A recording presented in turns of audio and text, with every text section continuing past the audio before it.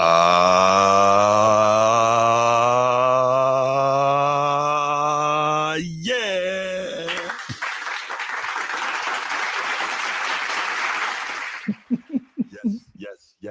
Yes. Welcome in. Welcome back to another Wednesday night episode of the Format Podcast live. And you know what that means? That means, well, we got top fives in the NFL. Yeah. That means we got get your pens and your pads if you want to make some money. We got the pick 'em for week 4. We got that. And then, of course, we're going to have 2 other topics for you.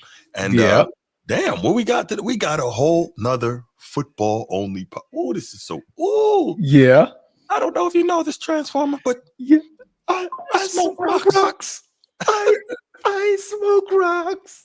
Man, it's so good to just be able to sit here and talk football with you, brother, man. How you doing today, Transformer? I mean, well, you just set up the tone so eloquently, so beautifully, so masterfully. Thank you. So eloquently, so masterfully. I mean, just it's football, man. Football. It's football. What is this on my shoulder? What's football, man? Look at it. The feathers of the angels are falling on me. That's right. Because it's football season, and football is a blessing from God. Oh, absolutely. Amen to that, brother. Yes, amen. It is. Yes. Hey, but hey, man, I like to take a moment, man. Sure. You know what I'm saying? Before the Format Podcast start, we'd like to take a moment and say, hey, Miss Dart. Hey, Miss Dart, how you doing? How you doing, Miss Dart? Good to see you. Good to see you. Oh, man, speaking of times to be had. Oh, man. We are going to have our first Miss Dart sighting soon. We are. But hold off before we do that. Let's give a shout out to the channel members. Can we do that? Oh, man, let's do that so we can get Miss Dart up in here, man. Yes, we will do that. First and foremost, let me say what's up to the channel members who show us love and who are here supporting us every single month, man. We really appreciate y'all. And of course, that's number 1 channel member, host of the Be Ready Sports Podcast, Coach T. Shout out to you, Coach T. Transformer, in order to be ready, what you got to do, man? What you got to do? A, B, C, D, E, F, G, H, I, J, K, L, M, N, P, Q, R, S. Starts with an S. S. Plus 1. Carry the 1. No, the Pythagorean, the theorem. A squared plus ready squared. The square root of pi. Okay. What's that, 3.14, something like that? Something like that. Stay ready. Got it. Ready. There it In is, order man. to be ready, you gotta stay ready. There we go. Man, so I was already. Yeah, that's a good one. Boy, that's some stuff, man. What's that? The Big Bang Theory? Big Bang Theory. In order to be ready, you gotta stay ready. Yes, so if y'all haven't already, make sure after this you go over to the Be Ready Sports Podcast, show some love, hit that like, that subscribe, hype some of the videos. You got 3 hypes a week. Hype one of those and hype one of these. So Amen to that. Make sure you show some love to that. Next up, of course, my main man, Chief Sid Bubba. Shout out to you, Chief Sid Bubba. And of course, shout out to the boys from Annapolis. Anchors away, my boys. Anchors away. We may see Mrs. Dart on a grateful Sunday. Ready to. And that's all we want. That's all we want, man. That's all we don't care if the Giants win or lose. We're not asking for, to hit the power. Well, actually, we are asking to hit the Powerball. But, you know what I mean? That's a good second. The Powerball, you're going to see a whole new... Listen, you hit the Powerball, you will get the Format Podcast every day. Every day. We will have a producer. We will have interns. We'll have a whole crew helping us in here. All we got to do is log in, man. You just start talking. That's right. So if y'all want the Format Podcast every day, y'all pray for us to hit the Powerball. Absolutely. There you go. All right. Shout out to It's Not That Serious. Pardon me. What up? It's Not That Serious. How you doing, brother? Thank you for your continued support, man. We appreciate all that you do. And finally, Baltimore Bruce. What up, stupid? What up, dummy? What up, old bay? There you go. Shout out Baltimore Bruce, man. I know you're still hurting, but man, some crab cakes will fix everything, man. Go get some of those. All right. We're gonna do the spiel and then we'll be right back to get on these quick hits and get the ball rolling, y'all. Amen. All right, let's rock. If you're watching here on YouTube, make sure you go ahead, click that subscribe, that like, that notification bell. Make sure you're kept up to date whenever we drop new content on the channel. If you want the audio only version of the podcast, open up your audio podcast platform, hit the search bar, type in The Format Podcast. We should come right up. If you're enjoying the content, make sure you give us a like, leave us a 5-star review, and drop a comment. All that stuff helps us rise in the algorithm, helps us find more sports fans, helps more sports fans find us. Make sure you write it down, put it in your phone, make a note of it. The Format Podcast is live Sunday mornings at 10 a.m. Eastern. And finally, if you're really and truly enjoying the content we're delivering you, make sure you hit that join button. There's going to be exclusive content here just for you. You, and only you. It is for you. You. Hit that like button. Hit that subscribe button, man. We here for you. Miss Dart, this is also for you. This is also for you, Miss Dart. Oh, my gosh. All right. Since we have brought it up multiple times already, Transformer, would you like to drop our first quick hit, man? So, guys, I don't know. You guys see us smiling ever so adequately, right? Yeah, see, from cheek to cheek, we're looking like the Joker in the face, right? Mrs. Dart, her son, right, by the name of Jackson Dart, is now going to be the starter of the New York Giants, overtaking Russell Wilson after a blistering loss against the Kansas City Chiefs, in which he threw a fourth down out of bounds pass.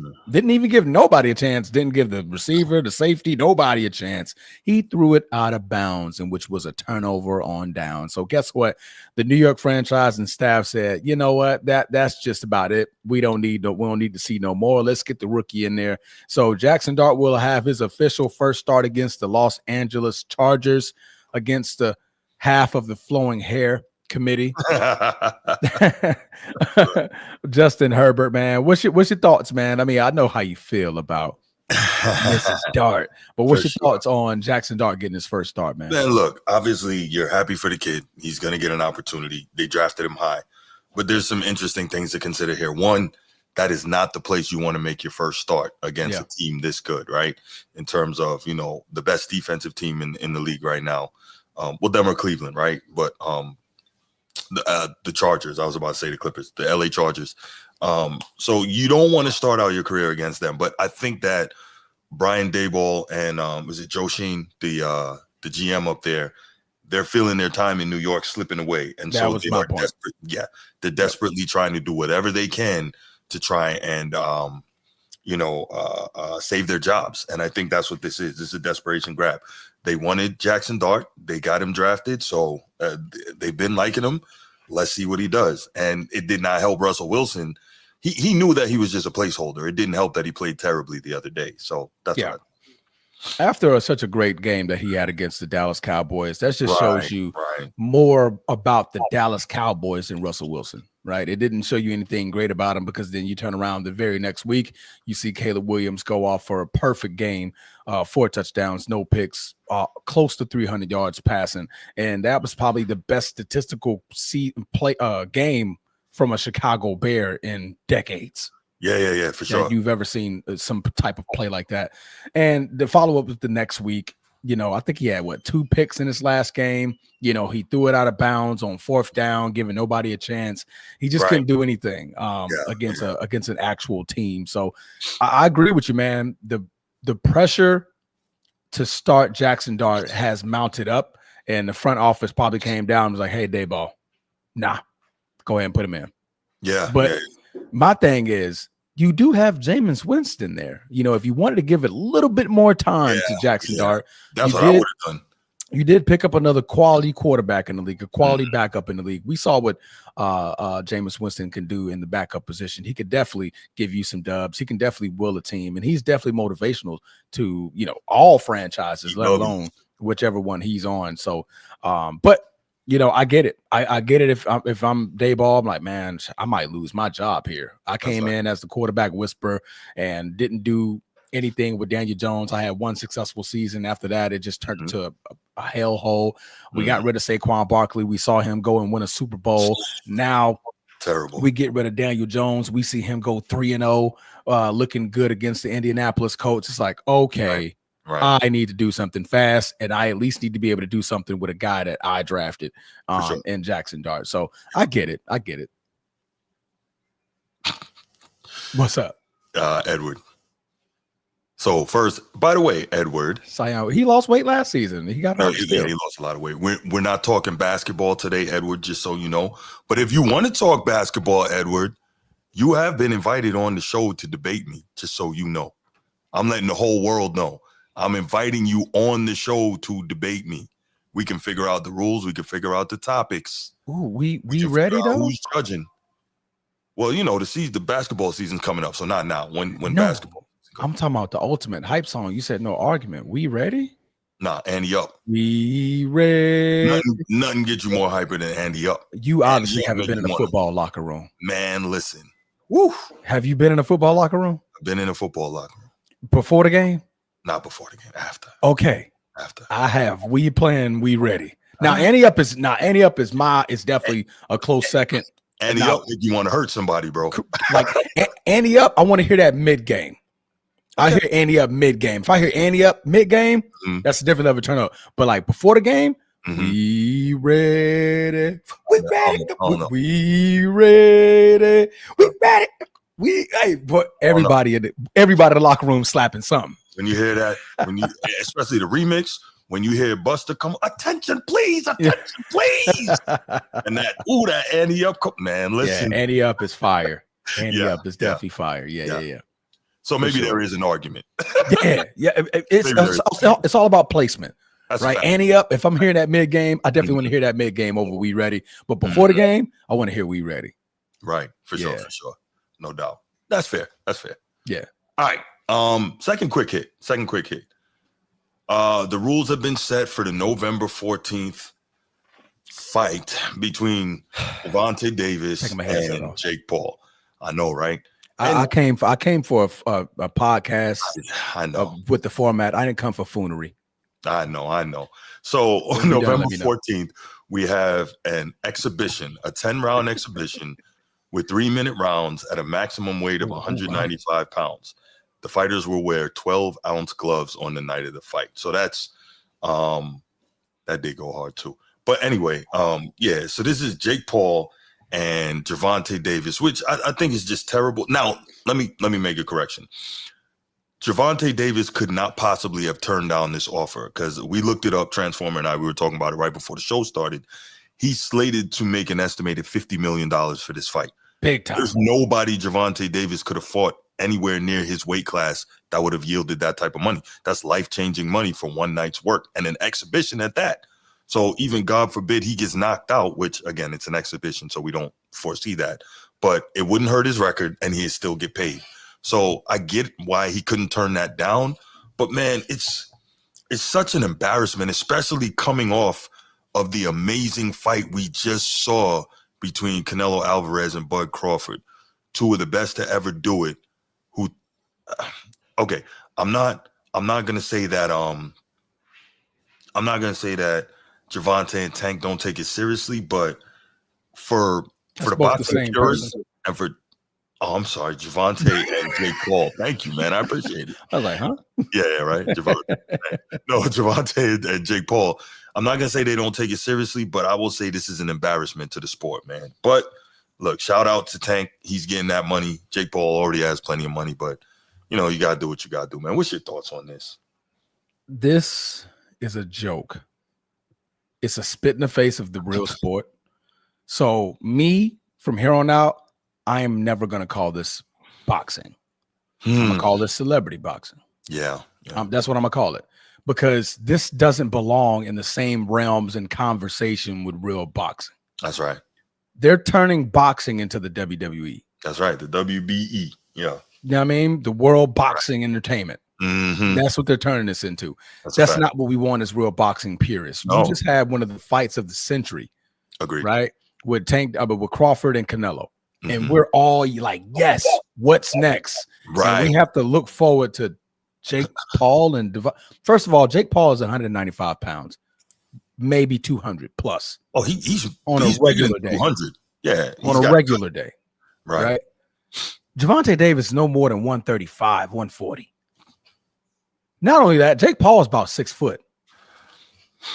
Javonte Davis is like 5'5", 5'6". So we're talking weight, height. Mm-hmm. What did we? Did you see the walk up? Yeah. Or the face off?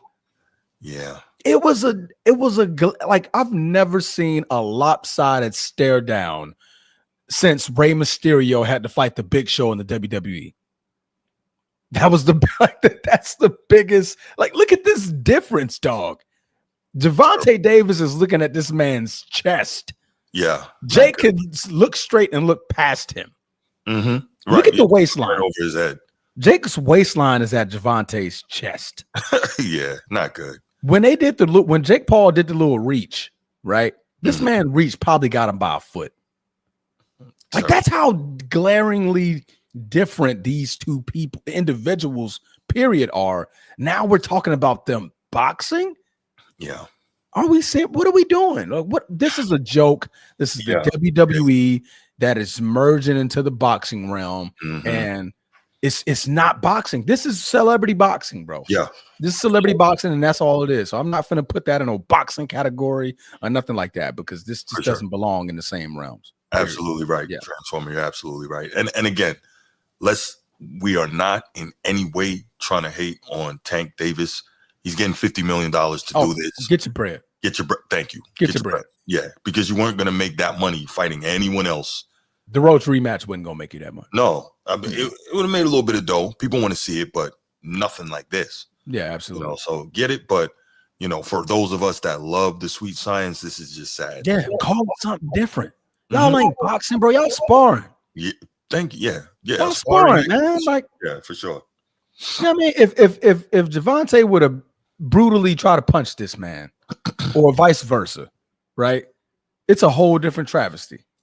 They're gonna shut this down. Jake be like, "Oh man, we ain't trying to knock each other out, bro. We're just trying to get paid." No, bro. No, fight somebody your size, fight somebody your height. And like, at that point, I'll consider you a real boxer. I'm still yet to consider this man a real boxer. Does he take boxing serious? I think he does. He can. Yes, he does. He does. But I'm not putting you in that round, bro. You haven't been in a fire with them dudes for real. You know what I mean? Made your name off of beating up UFC fighters. Like, come on, bro. Yeah. Like, get out of here, man. And the only real fighter that he fought, that still was like an active, normal fighter, he lost. He lost. Tyson Fury's little brother. Yes. Yeah. We saw him get cooked. And Tyson Fury's brother is not a great fighter. No, he's not. He's not a great fighter. Like, right. He bodied him up. So it's like, whatever, man. I'm sorry, bro. This is a quick hit. Let's move. Yeah, I'm with you, Transformer. All right. Piss me off. We got all this football. We got Miss Dart that's coming into it. I'm talking Jake Paul and Javonte Davis. Look, thank you, Miss Dart. Thank you, Miss Dart. Thank you. Thank you. Oh man. I'm gonna crop my head on the other side and be like, she's embracing me. She knows I'm upset. Thank you, Miss Dart. Thank you. You're a wild dude, man. You are a wild dude, Transformer. All right, let's go ahead and get it started, y'all. Let's get to these main topics, man. All right, this is a big one here. And for all of us, for all of us here who are football fans, I was about to say Ravens fans, but not even just that, football fans. Yeah. So there's a couple questions here, right? Well, I guess there's a few questions here. One, are the Baltimore Ravens in big trouble? They're now 1-2, and we know that generally they have the offense to do a lot of things, but we're seeing them playing some of the worst defensive football we've ever seen from a Ravens team. 32nd in total defense, 30th in run defense, 31st in pass defense. That's not playing like a Raven, right? Yeah. So you got that. Then you got to wonder, is John Harbaugh on the hot seat, right? For all these late game double-digit leads he's given up, since he's been head coach. Then you got to wonder, the bigger question, are the Ravens wasting Lamar Jackson's prime? Like, one of the most special players we've ever seen in the league at any position. Are the Ravens wasting his prime, man? What are your opening thoughts, Transformer, on whether or not the Ravens are in trouble here? I know it's still early in the season. It's exactly. It's super early. This was a tough start to the schedule, as we saw it and we said it before the season started. It could have went they could be 3-1. They could be 1-3 easily. And that's what we're staring at right now. Right now, they're 1-2, and they could possibly be 1-3. Even at 1-3, is it over? Nah. No. Look at their schedule. It's hard, but not over. It's hard, but not over. They got the Texans. They got the Bears. They got the Dolphins. You got the Vikings. You got the Browns. You got the Jets. You got the Bengals. You could easily climb back into this battle, right? Easily climb back into this battle. On top of that, you got you're no longer worried about the Bengals in your division. You're not worried about the Browns in your division. And the Steelers still haven't figured it out on their own yet anyway. So you're still in a decent place. The Steelers are only 2-1. You're 1-2. You nervous? Yes. I wouldn't be nervous, right? Yes. When it comes to me making the postseason. Now, are the Ravens doing Lamar a disservice? Nah, I don't. I think they're doing what they can, right? They went and got him a Derrick Henry. That's true. Is he not one of the best running backs in the league? Still one of the best running backs in the league. Did they not go get big defenders? Humphreys. What's your other safety? I keep forgetting his name. Kyle Hamilton. Kyle Hamilton. There you go. Yeah, go Irish. Like you went and drafted those guys. You went and like did what you could on the defensive side of the ball and on the offensive side of the ball.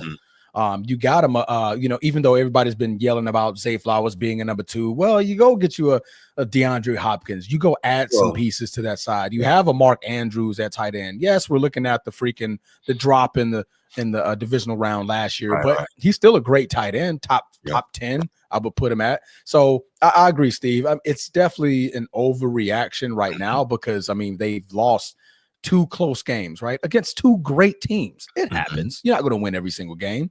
But if I'm 1-2, I got 14 games left in the season to figure this out. That's true. So, yeah. All right. I like how you open that up. I like the positivity. And generally, I would agree with you. Here's my bigger issue. While I think you and Steve are both right in that, obviously, it's kind of knee-jerk because it is very early. Here's the problem. The Ravens aren't playing like the Ravens, right? You got Derrick Henry with 3 fumbles in his first 3 games. He had 3 fumbles in all the last 3 years prior to this. You know what I'm saying? That is crazy. So that's a problem. But wouldn't you consider that an anomaly?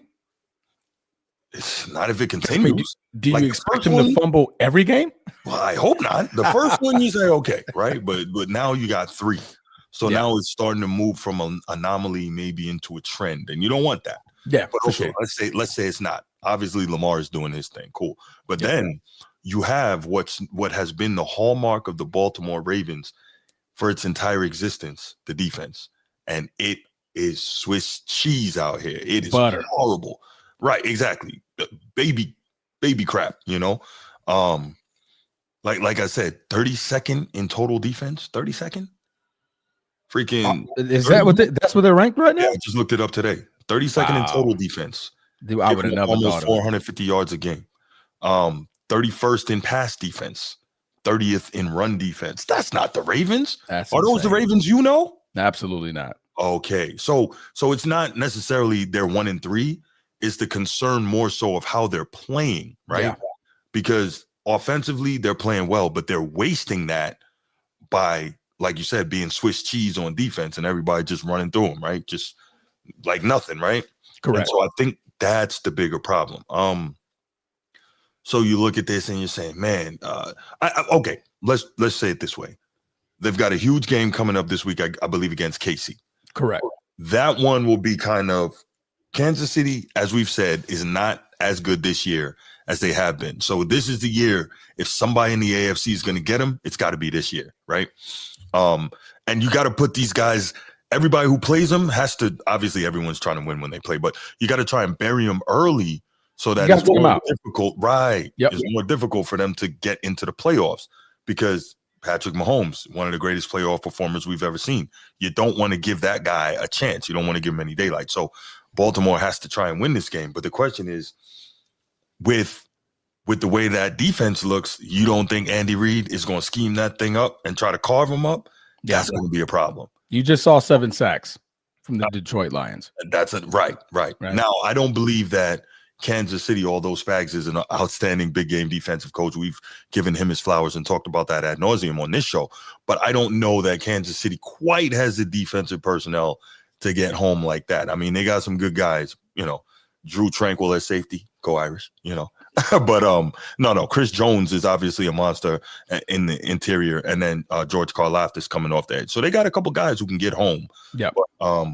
Yeah, there's gonna definitely have to be some serious work on blitz pickup, maybe keeping an extra blocker in, whether that's Derrick Henry or whoever else, Mark Andrews, but obviously you have the benefit of Lamar Jackson being able to, have some of the greatest escapability we've ever seen. But back to the original topic, man, I do think the Ravens are in some trouble. And if they lose another game, now they're sitting at 1-3, and that becomes a very low percentage of making the playoffs at that point.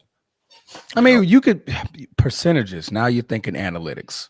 Yeah, right? but I mean, I look at the schedule, for a reason, right? I look at the schedule post that. Okay. Post that, I can look at this schedule and I can count 1, 2, 3 more losses on your roster, on your schedule.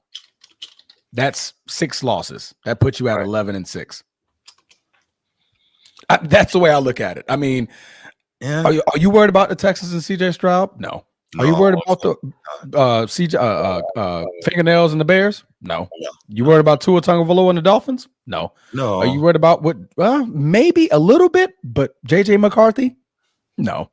The Cleveland Browns. That's a divisional game. So even if you split that, I mean, I still think you're the better team because you just really just cooked them. Right. All you got to do is last until the fourth quarter, and the defense is going to be tired. So no. Yeah, for sure. Justin Fields and the Jets. You worried? No. The Bengals don't even have Joe Burrow, so there goes 2 games right there. Yeah. Now you get into split. You can split with the Steelers, and you can lose to Green Bay, and you can lose to the Rams. You're still fine.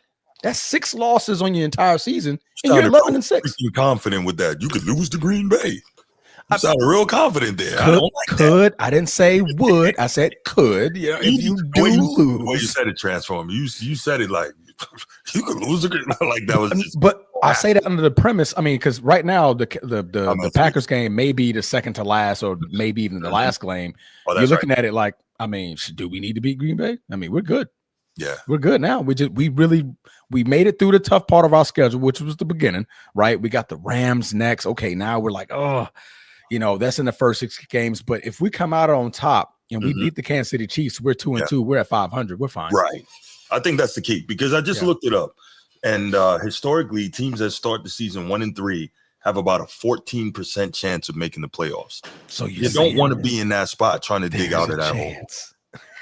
So you're saying there's a chance, and that's what I believe it, man. Yes, I mean, there's a chance. As long as there's Miss Dart, there's a chance. Okay.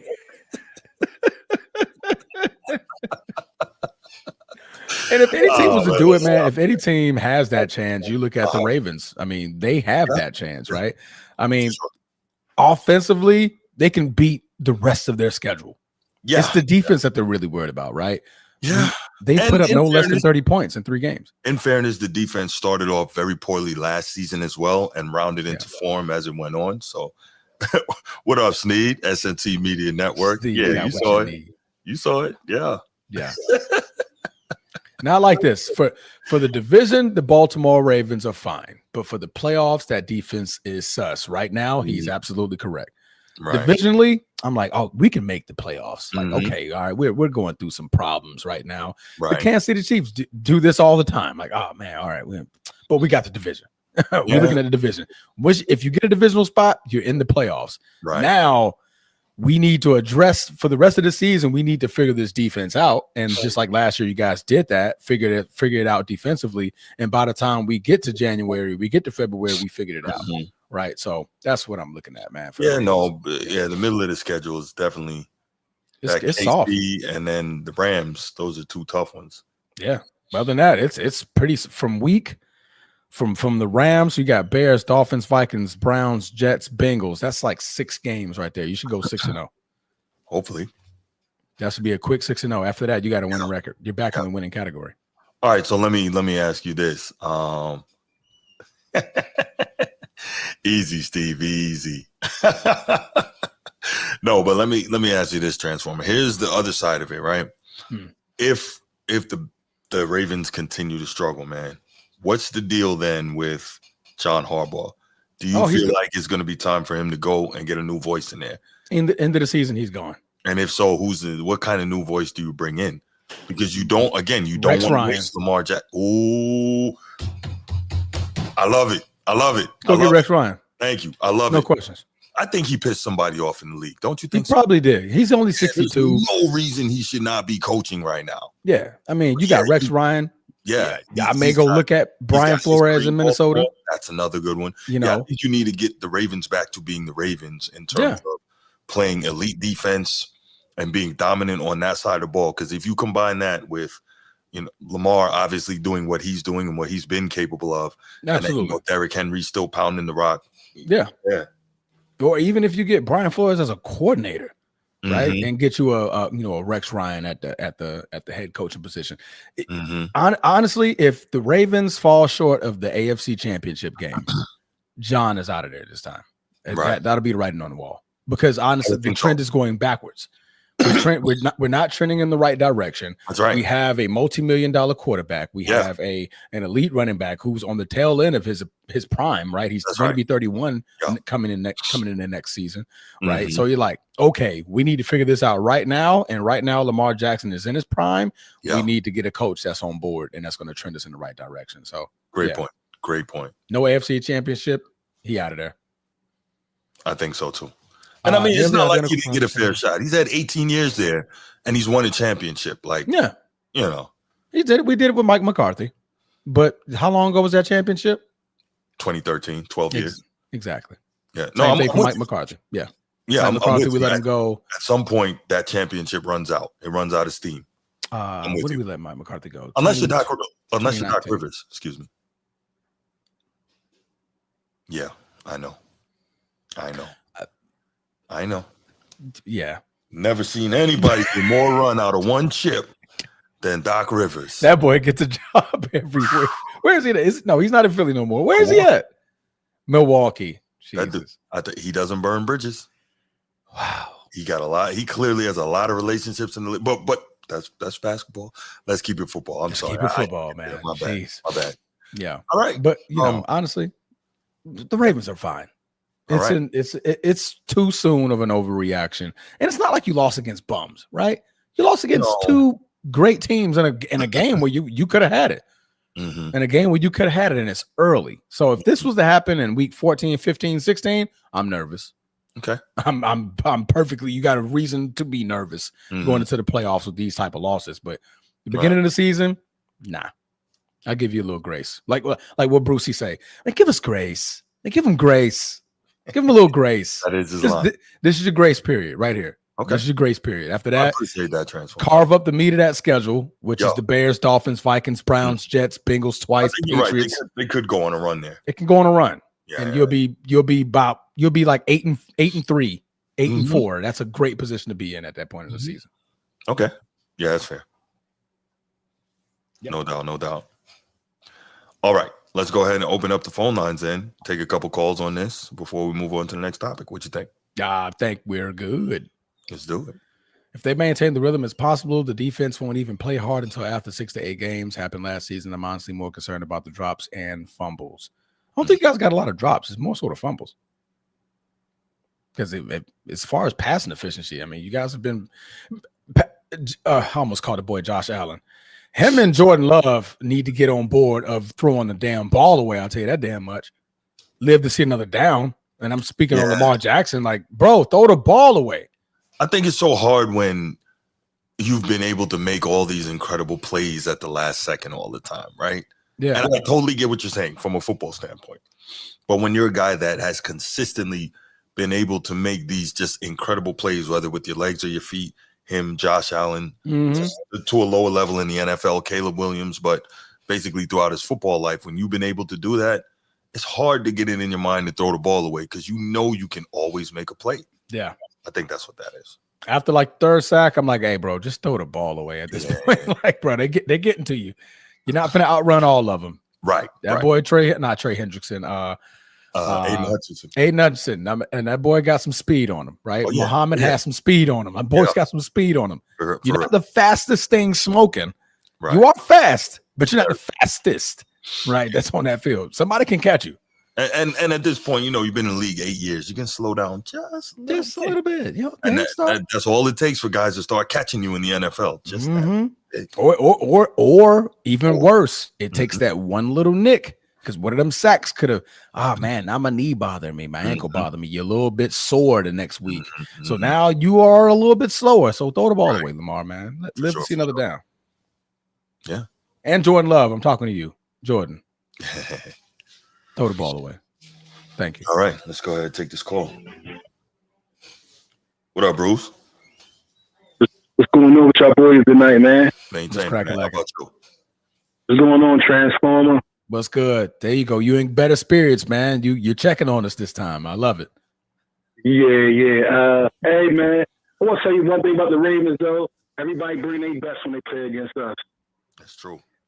Sounds like my Lakers. They like, this why when people beat us, it's like everybody be so jubilant. Like, yo, we defeated something big. Of the mystique that random stat. You know what I'm saying? Everybody want to beat the Ravens, but it seems like everybody bring their best when they play against us.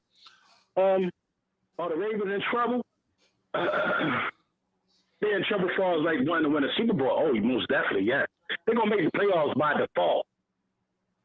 They're gonna make it by default. But the defense, man, doesn't look. It's just, I don't know. They ain't got no. Can they turn it around like they did last year? They did it last year.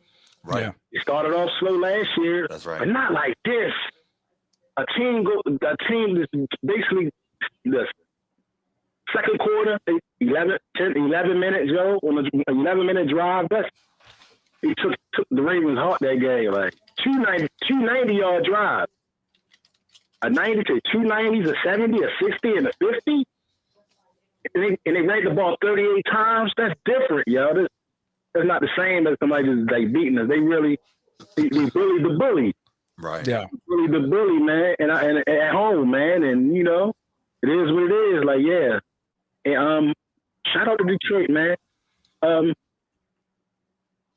Dan Campbell had the guys ready. Dan Gamble. That's his name. Dan Gamble. Right. Well, Campbell had the guys ready. The young defensive coordinator for Detroit had the guys ready on defense. Yep. They played hard. And whoever the offensive coordinator is for Detroit, he called a hell of a game. He kept the foot. He kept the foot on the throat. He could cut his foot on the Ravens' throat by running the ball, knowing the Ravens was soft up the middle. Yeah, for sure. They ran the ball 38 times, man. Like, yeah. About 225, so, like, right? 225, man. Like, yeah. David Montgomery averaged 12 yards a carry. Yeah, that's tough right there. So that's just showing that we soft. Like my man say, Roquan Smith, you all pro $100 million man. Where was it? I ain't see you. Right. I ain't see you, bro. Adafe Owe. What was going on, bro?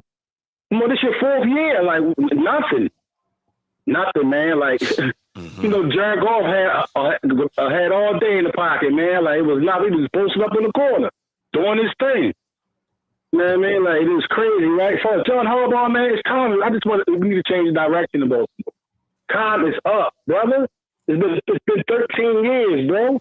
Yeah, it's been a long time. I mean, seriously, man, it's like you lose the culture a little bit, and it just seems like he's just stubborn. Hey, wait a minute. John Harbaugh is stubborn. I just thought about something. So, the Ravens won the title in 2000, then they won it 13 years later. It's been 13 years since the last one. That's not how it works. That's not how math works. That's not how that works. No. Hey, bro. I just figured out. That just so happened to happen that way. That's okay. And what we put out on the field last Monday night was not a championship defense. No. Sorry. Absolutely. I'm gonna be a little bit constructively critical of Lamar. Hold the ball too long. Gotta just getting out of there now. Like he was hoping. I get it though, but good, Bruce. I ain't gonna good. You want that? No, go ahead, man. Go ahead. Right. You're holding the ball too long. In the pocket 3 times. Some of them sacks was on him. Mm-hmm. Credit Detroit defense. Yes, they were hustling though. Yeah, they ain't that fault. You was lacking. You ain't do your thing. You know.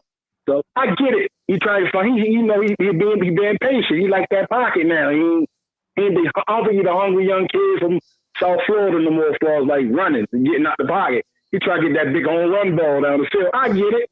And he's great at it right now, so why not? That's right. Those are a few of those plays he could have took off. He left a lot of yards on the field. Folks like John Harbaugh, this is time. What did you really say, Transformer? Oh no, I was gonna say the Lions showed something different as far as rushing at Lamar, right? If you notice, they don't bull all the way through. They start off with a bull and then they back up. And then Lamar doesn't know what he's like, okay, well, they're clogging up the lane. I can't bull it out like I normally would because they're pushing, but they're backing off like, oh no, we here. Yeah. They all got speed to catch up to him. So you see what I'm saying? Yeah, so, gap discipline. Shout out to Hutchinson. What was the kid from Detroit? The defensive Aiden Hutchinson. Aiden Hutchinson giving Ronnie Stanley that work. Ronnie Stanley, I don't know why they gave him that money. He did it before the he might have been playing with him. I don't like Ronnie Stanley, man. Something about him. Let me say this. First, Ronnie Stanley, go Irish. But that said, they should not have gave him another extension. You're right, Bruce. Absolutely. You're no, right. man, no. He's past his prime. He's not the same guy he was when he was the highest paid left tackle. See, that's another reason about that. And one more thing, I don't keep the lineups, I don't know if somebody want to call it that. We ain't got no game record on the defensive line, bro. Yeah, that's tough. I saw a clip today. I meant to send it to you saying that Mike Green does not look ready for the NFL because he's trying to rush and he's getting manhandled by these NFL left tackles right now. Absolutely. But you know what I like about Mike Green? I like his effort. He just saying it's not going to be as easy as it is when you was at Marshall. He's going to get stronger. I like his effort. I like his mentality, though. Yeah. He get manhandled. Adolphe Owe, where are you? He had 0 sacks, bro. Yeah, that's tough. Did you do that? Our biggest weakest, and let me get off real quick. Let me get off. Our trenches on both sides of the ball are weak. My fault, I'm outside. My fault. You're all good. But yeah, you're right. The trench, our offensive line, our defensive line, our biggest weaknesses right now. So, hey man, how y'all boys feeling tonight, though, man? Maintaining, man. We got Mrs. Dart. Yo, can I get 30 more seconds? I want to say something about this Tank. I think Tank. Everybody, Transformer said is a joke, right? For the Tank Jake Paul thing. I've been listening. Let me say this real quick. It'll only be a joke if he beat Jake Paul or after this fight, he don't fight nobody else. Yeah, then it's a joke. Now, if we get back to business, trying to get his legacy back on track, then yeah. You know what I'm saying? But why not get the $50 million, man? That's what I was about to say, Bruce. I hope you understand that both of me and Transformer, I don't want to speak for him, but I think we agree that Tank had to do this. Yeah. Had to get the $50 million. Like, nobody's mad at that. We're mad at the state of boxing that these things are happening. But we're not mad that Tank would take this fight and because he's not going to get anywhere near that fighting anybody else near his weight class in a real fight. So $50 million, man, sign me up. I'm stepping in the ring with Tyson for $50 million. That's right. After this, he got to get in the ring with Stevenson or somebody. Come on now. Agreed. Got a Roach rematch. All right, boys. I'm gonna keep checking in, man. Hey, y'all boys, have a good night, man. All right, brother. Appreciate the call, man. Thank you, Bruce. All right, bro. All right. You know you're always going to get that Raven breakdown from Bruce, man. I appreciate absolutely, man. You know you're always going to get that in-depth quality breakdown. That's we're going to go from coaching. We're going to go from the safety all the way to the offensive lineman. We're going to get it all. That's right. We're going to get a full breakdown of the Ravens and what's going on. That man loves his Ravens football, man. As he should. Yeah. No doubt. All right. Transformer, you want to move on to the pick'em? What do I? Let's get it. You know, I'm always excited. All right, so we are in week 4. Week 4. Last week we had a win by Mr. Sneed SMT Media Network, who went 11-5 last week. I came in second, going 10-6. And Bruce, not only did he suffer the Ravens' loss, he suffered his first loss of the season by going 7-8 last week. Oh, so hopefully we can get some coming up from good old Bruce this week in week 4. Gotta get some get back, man. We're gonna start that off with Thursday snooze fest. Thursday night's game. The Seattle Seahawks and Sam Darnold, the last year's pumpkin, plays the shortest quarterback in NFL history, Kyler Murray. Who do we? Is he really? I don't know. He may be. That was just a joke. He may be. He may be one of the shortest. I'm gonna look that up while you give me your answer. But Seahawks versus the Cardinals. Cardinals. Oh no. Seattle favored by 1.5 in Arizona. So you want to talk about pick'em? This is a pick'em right here. This is like, I am. The real pick'em is going to be on Monday. Monday is full of pick'ems. Oh my goodness. We'll get there though. Continue. We will get there. Correct. No, I'm gonna go. I got nothing on this band, but I'm just gonna say. I was about to say Seattle, but then I said no. I'm gonna take the home team, but now I'm back to Seattle. I don't know, man. Tough. Yeah, but I'm gonna go Seattle here. I got a little more trust in Mike McDonald than I do in Jonathan Gannon. I just go there. Coaching advantage. You picked who now? Wait a minute. Seattle. I'm picking Seattle. Oh, I'm going through a little bit of a problem here. I lost my. Excuse me. I lost all of my pick'em sheets. Where'd they go? Interesting. I click one button and everything goes away. There we go. Mm-hmm. All right, let me get them all back up here. Messing with Mac. All right, there we go. All right, so you got Seattle. Okay, cool. I do. Whew. I know, right? Whew. Oh man. What are my reasons to pick Arizona? I got none. My reasons to pick Seattle, I got none. So honestly, we're just gonna do one of these. I'm gonna find me a quarter and I'm gonna flip it. I know, right? At this point, whatever the quarter, I don't even have a quarter over here. You know what? Take a wild guess. I'm just gonna go against you. I'm gonna go Seattle. No, you pick Seattle. I pick Seattle. You pick Seattle. I should pick Arizona. I'm gonna pick Arizona. Bump it. There's no rhyme or reason why I'm picking Arizona. I'm just gonna pick Arizona because, by all means, right? NFL quarterbacks. Bryce Young and Kyler Murray are tied for the shortest quarterbacks in the NFL at 5'10". There have only been two quarterbacks that have been shorter at 5'7". This is back in the heyday. Helmets weren't even helmets. Davey O'Brien and Eddie LeBaron were 5'7". Oh, Davey O'Brien, hence the Davey O'Brien Award in college. Sheesh. Mm-hmm. But right now, Kyler Murray and I ain't know Bryce Young was that short. Yeah, it was small, but damn. Yeah. Well, I'll be diddly dog. I didn't know Kyler Murray was actually 5'10". Oh no, he's short. That's a small kid. I mean, he runs like he should play baseball, even though he was drafted by the A's. But he runs like he plays baseball. Like, the little short, choppy steps like you get into the base. Him and Pat Mahomes runs the same type of way. Yeah, them short, choppy steps. Like it's not. So it's weird. Huh? Mahomes like 6'2", isn't he? 6'2", 6'3"? Maybe 6'1", 6'2", somewhere around there. I don't think he's super tall. Let me see. Patrick Mahomes' height. Mm-hmm. He is 6'2". 6'2". Okay. Yeah, because he's 1 inch taller than Jalen Hurts. That's right. Okay. Yep. Okay. All right. So moving on here, we're gonna go into Sunday. 9:30 a.m. This must mean it's in Ireland. Yes, it is. This game is going to be in Ireland. Okay. The Minnesota Vikings are going to be battling the Steelers, so this is not going to be a home game for neither team. This is an overseas game. Minnesota is actually favored in this game by 2.5 points. Aaron Rodgers, who is currently 586 yards, 7 touchdowns, and 3 interceptions, gets to face Carson Wentz. I almost forgot his name. Carson Wentz and Justin Jefferson with 12 receptions, 200 yards, and 1 touchdown. Bruce, who do you have in this game, brother? Minnesota.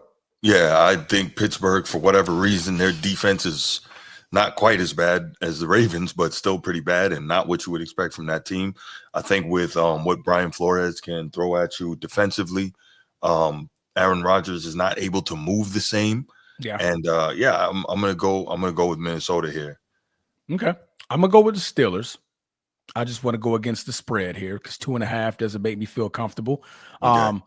And I think I saw a little bit from the Steelers last weekend. I saw their defense finally get a couple of sacks and start feeling themselves a little bit. Couple of picks.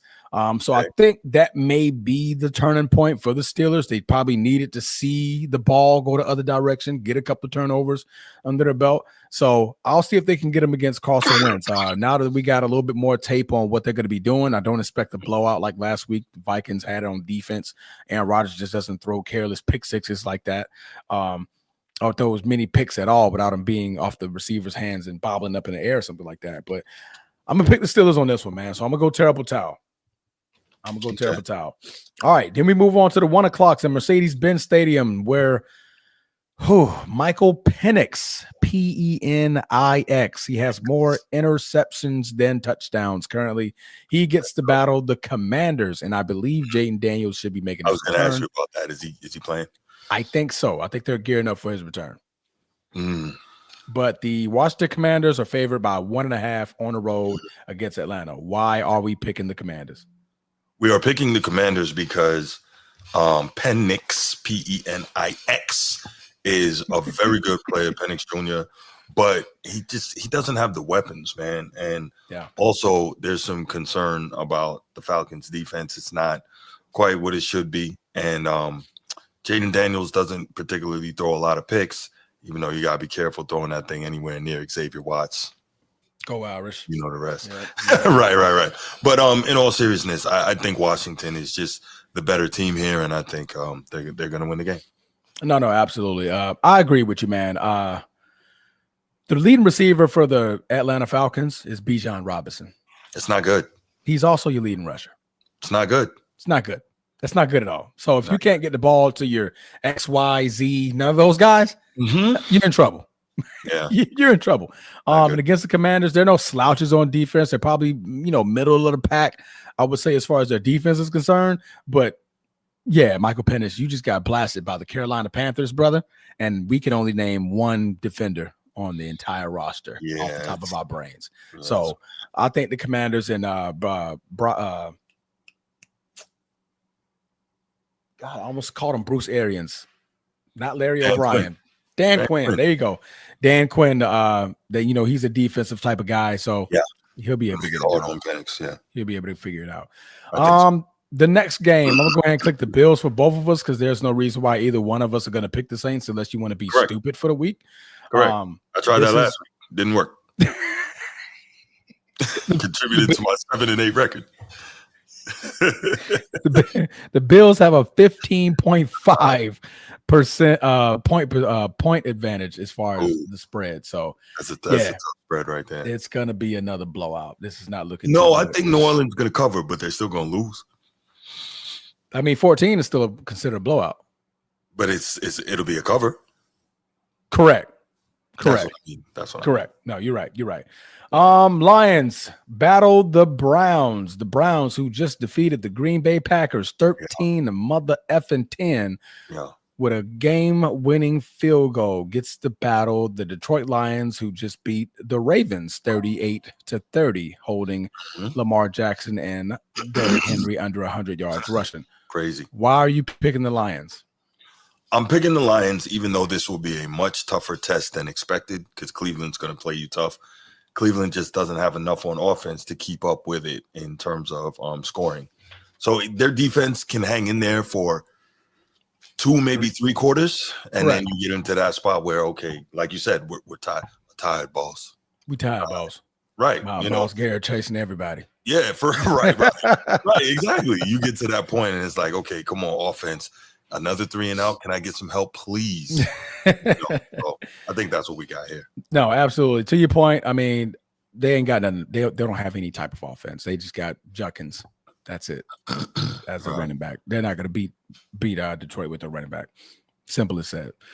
All right. The Panthers are going to be traveling to New England, Massachusetts, in Foxborough to battle Drake May, who's currently sitting at 785 yards, 5 touchdowns, and 2 interceptions. Looking real good as far as this season. New England favored by 5.5 points at home.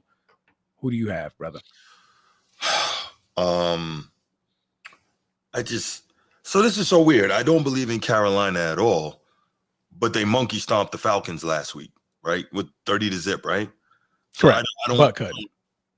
Thank you. I don't even know what to think of the the Panthers, but I'm going to go with New England here. I don't think Vrabel's going to allow that to happen. Absolutely. Yeah, I'm going to go with New England here. Yeah, I like the quarterback better. I'm a big fan of Drake May. I like their defense better. I like their mentality better. Yeah, for sure. I don't expect to see the same type of Chargers team 2 weeks in a row. Like I said, last week was an anomaly. You beat Michael Penix Jr. and their leading receiver is their running back. So they already got their own type of problems internally versus the Patriots, who just had a great game, a great showing against the Pittsburgh Steelers, though they lost. But, they're putting their foots in when it comes to these games. But that's more reason for me to pick the Patriots right there. That's right. Am I missing the game? Okay. Okay, there it is. All right. The Chargers, flowing hair. That's right. At the Giants. Jackson Dart's first start. Yeah. Hey, Mrs. Dart. Hey. How you doing? We're going to call it Mrs. Dart Bowl? Is that what we're definitely calling it the Dart Bowl. We're definitely calling it the Dart Bowl. Right.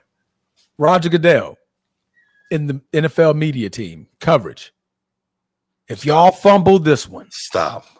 If you guys ruin this for us, oh boy, we're gonna boycott y'all. Like they just did for Jimmy Kimmel. Okay, we're gonna boycott y'all. All right, we hope y'all lose billions and billions of dollars if y'all fumble this and not put Mama Dart on screen. We saw Taylor Swift 85 times last season. We did. Taylor Swift. What am I looking at? I don't care to look at Taylor Swift, but Mrs. Dart, I can look at her twice a day and 3 times on Tuesday. Okay? All right? Put Mrs. Dart on the screen. All right, I'm done. I'm sorry. Back to the let me zen back in. All right, let me get back into my saddle here. All right. Shout out to my guy Edward for reminding me to drop the beat while we do the pick. Oh yeah, man. That's good. Shout out, Edward. Thank you, brother. Before we finish the pick, we got one thing. We want to see Miss Dart on that screen. Come on.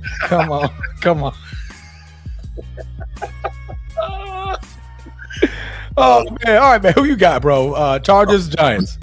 No. In all seriousness, I have the Chargers, man.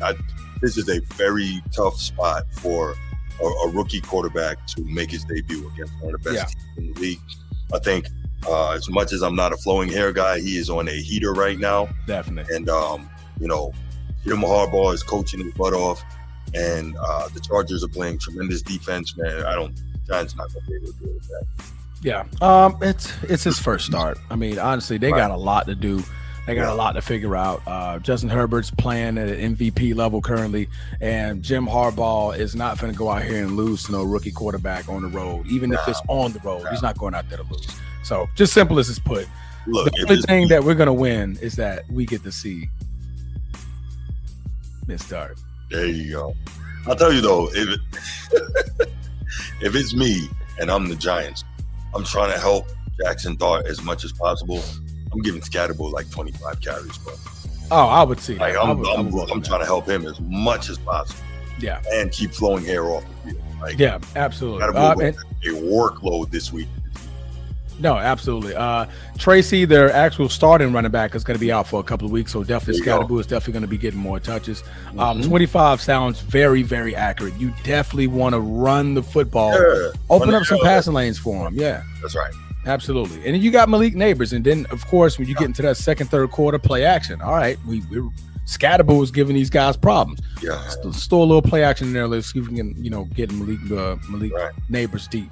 I like that other kid. What's the other kid out of Tennessee? The tall one. He's like 6. Hyatt. Yeah, Hyatt. Yeah. Big receiver, right? Toss the ball up, see if we can get something to him. So that could put him in a good position to be competitive. Not say win the game, but be competitive. All right. Ooh, this was a good one. I like this one.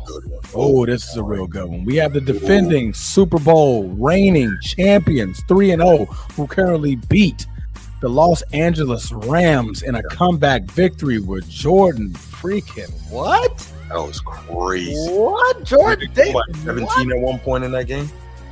Up 17, correct. Right. The Rams were up 17. Rams were up 17. Game back and beat them, Yep. And your biggest guy, probably one of the biggest men on the field, ran 18.6 miles an hour on a scoop and score. Yo. That scares me. I don't even think I can run 18 miles an hour. I definitely can't right now. So you're not going to try to tackle him. You're going to try to just try to punch it out. Yeah, absolutely. You're going to try to punch that for sure. But the thing is, nobody got near him. That man he smoked everybody. How real is that? How real is that? 300, I believe he's 330 pounds or 325 pounds. And he's right. running 18 miles an hour. That's insane. Right. Gets the battle Baker Mayfield, 6 touchdowns, no picks. Currently on a 3-game streak where he's chasing down to win the game. However, he's going to be without Mike Evans, his number one receiver. Even though on the stat sheet, Ibuka is now his number one receiver with 14 receptions, 181 yards, 3 touchdowns. Philly favored by 3.5 in Tampa. Bruce, are you going to stick with Baker touchdown maker? Oh my goodness. This is so tough, man. This is so tough. And this is like the first real test for the Bucs. Like, they can win this one, it'll give them the world of confidence. But like you said, no Mike, no Mike Evans. Very difficult. Sorry. I gotta go Philly here, man. Especially with what we saw last week with them, roaring back after being down by 17 to beat a very good Rams team. That's tough. They just know how to win, right? Yeah. And when you're a champion, like, that puts a different confidence in you, and it's a confidence born of experience. Like, you know how to win those tough games. And also, Baker's my guy, but how many weeks in a row can he lead game-winning drives? Like, correct. Yeah, and I doubt Philly is going to let them get out to a big lead like that, like the Rams did last week. So I'm going to go, as much as I'm going to go Philly here. I'm going to go Philly. Go with the champs, man. Absolutely. I'm going to go with Philly as well. If they would have lose last week, then I would have probably picked the Bucs, and especially if they had Mike Evans. But Philly showed me something. They showed me something, the same thing we saw in the Kansas City Chiefs a couple of years ago. It's like that, oh, man, we could probably get him. And then it's that very, very end of the game. In that fourth quarter, we're stepping up, and we're showing why we're the Super Bowl champs. Right now, the Eagles are doing that. Right. They're doing exactly that. Now, granted, Baker Mayfield is doing the exact same thing on the other end. For sure. Mike Evans not going to be in that game. Right. So that's what gives me a little bit of cause to pause and be like, oh, he loses one of his big weapons. Ibuka is really good, but he's drawing the number 2 receiver. That's right. Corner. Exactly. Yeah. Right. Now he's going to get the number 1 guy. Mike Evans. There's no rolling coverage to Mike Evans. Now we'll see just how good you are, Ibuka. Yeah. We're going to see what type of schematics get drawn up offensively for the Bucs. But one thing we know Baker's not afraid. This is one thing we know. He's going to go out there and compete. I just don't. I got to give it to him. No, absolutely. NFL. Roger Goodell, come here. Get close. Do you see what's on the schedule Monday? Roger, you see that.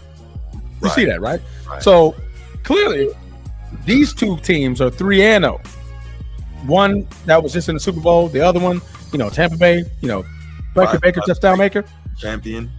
Slate that game to Monday and put one of those teams on at 1 o'clock. That's called flex, Mr. Goodell. Flex it. We don't want this is going to be the most boringest Monday we've ever seen. We haven't even got to the games yet. But yet, one of the greatest games possibly of the week is going to be at 1 o'clock. Yeah, why are you putting that in the 1 o'clock window? Why? What are we doing?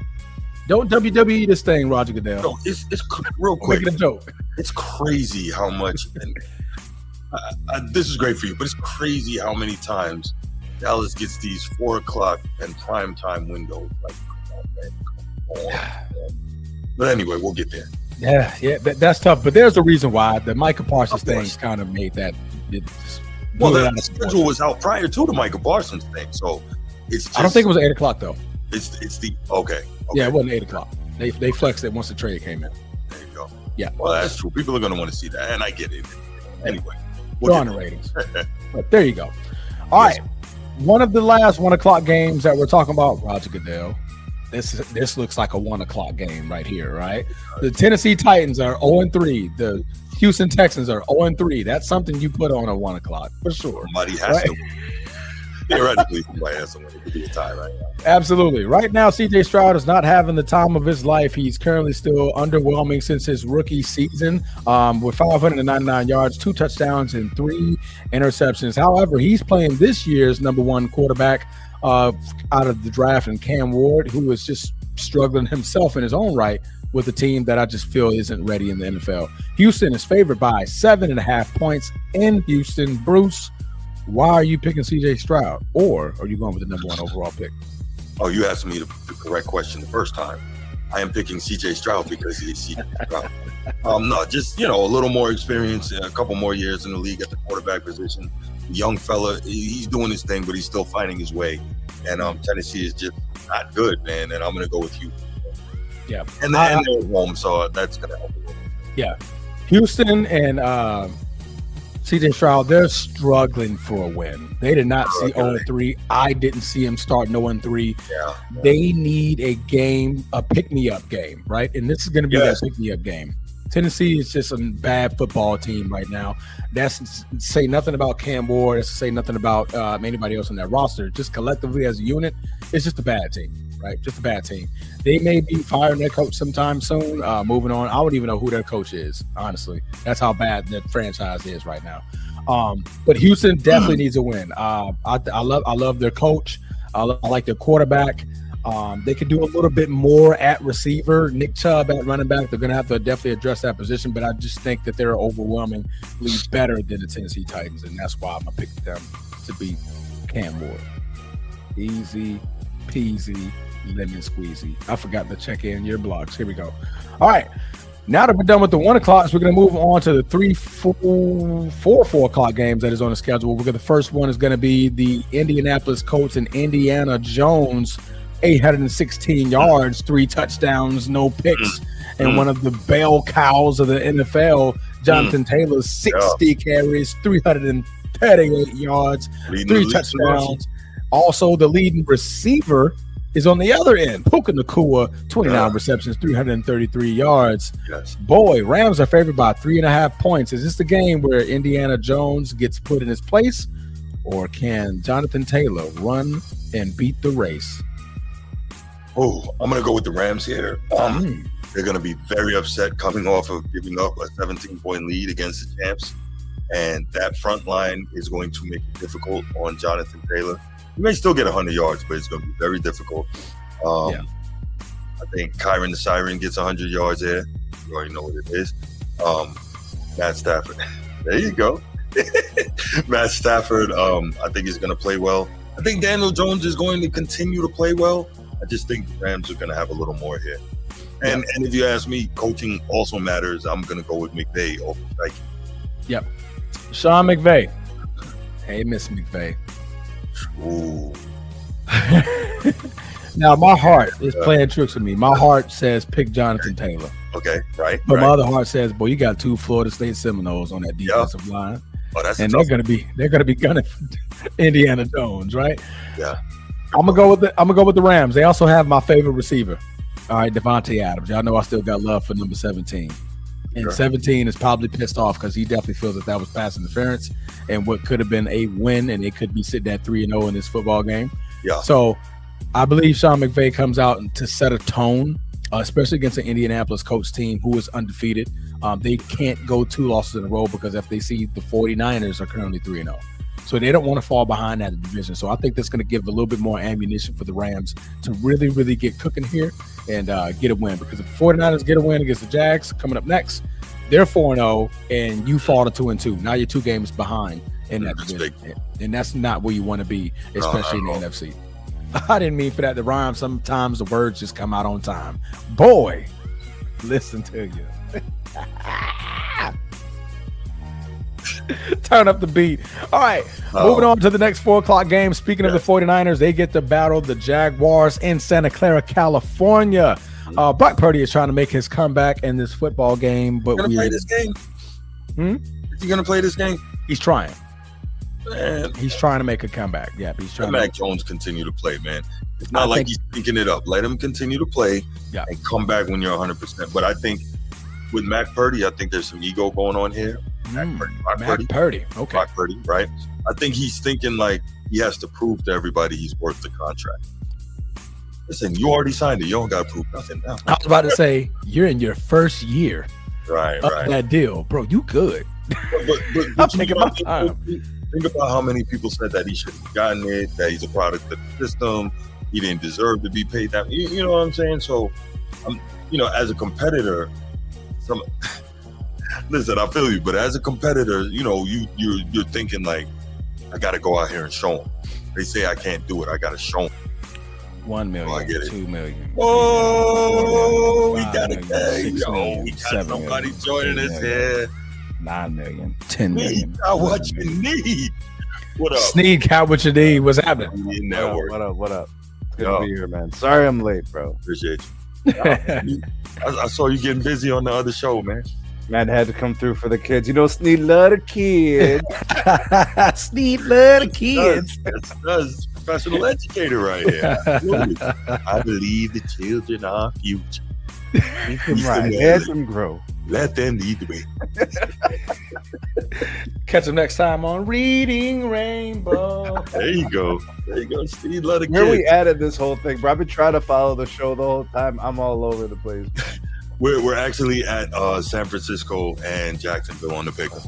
All right, man. Pick'ems. All right. Yeah, we'll actually, so we can catch you up after the show. We'll get all your pick'ems so we get them in. Yep. That way we can get a I already got your sheet here, so you good. Solid. Or if you got them already picked up, you could run through them by the end of it. All right. While we wait for some calls come in. Yeah. Whatever's good. Yep. All right, cool. All right, but we're currently sitting at the Jags playing the 49ers. Bruce. Yeah. Is Mac Jones going to get it done again, or will the other half of the flowing hair make a statement in Santa Clara? Nah, man, I'm going to go to flows? Niners here, and it's so weird because they haven't played particularly well.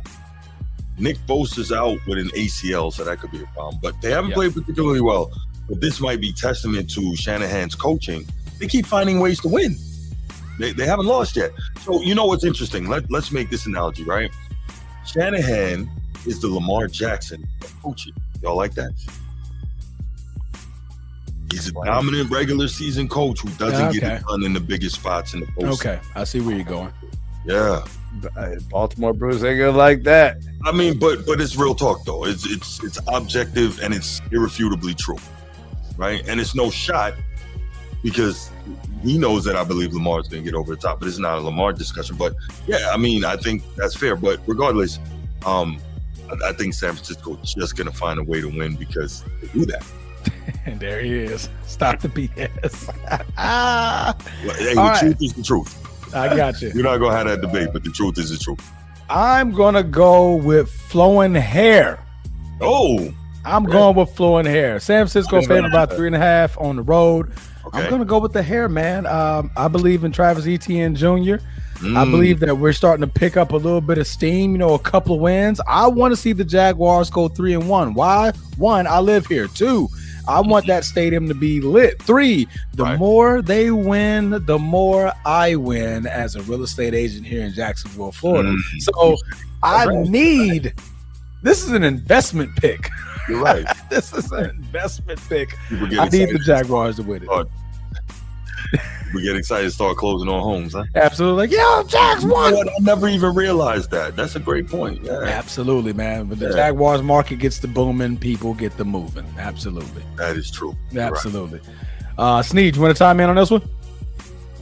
I will take the Niners. Niners. I can't pick the Jags in this one. Nope. Oh, wow. Yeah, I think the Niners are, like you said, Bruce, kind of just finding a way to win. That's kind of what they do.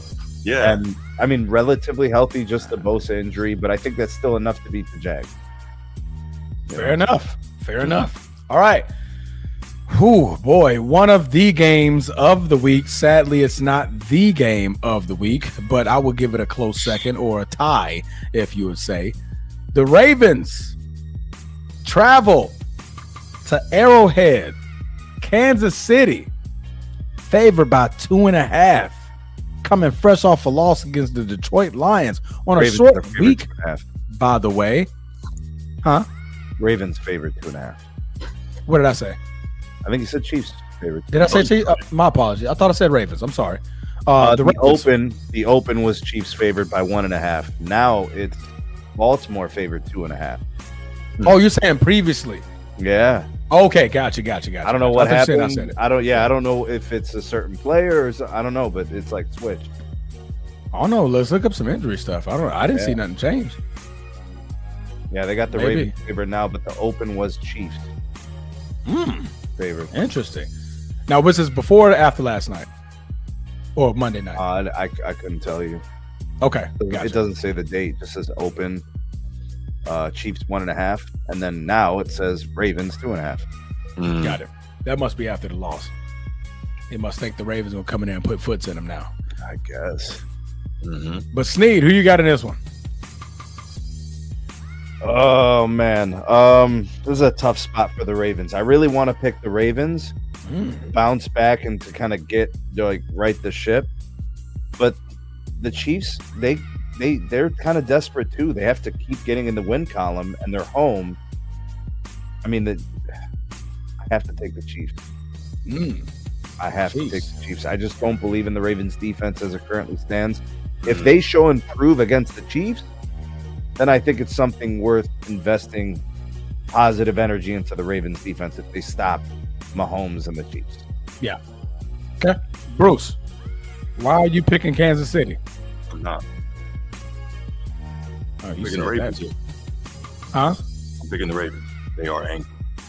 They're going to play angry. And I think they also know psychologically at some point they got to slay this dragon. They got to let it be known that they can beat the Chiefs. So they go in there and beat them.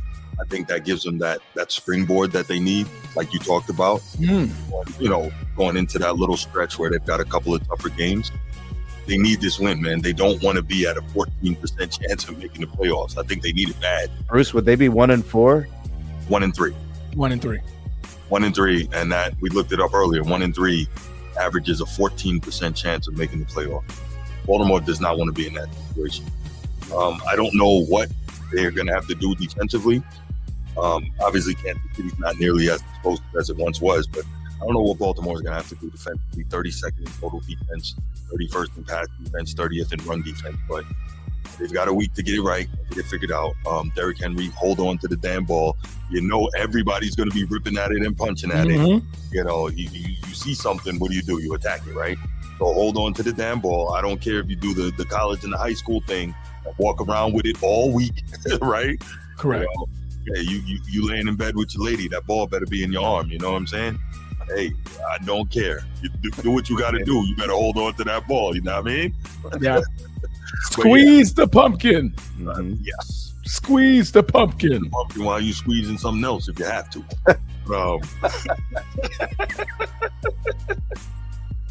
Just talk about lemons. You make lemonade. You know what I mean?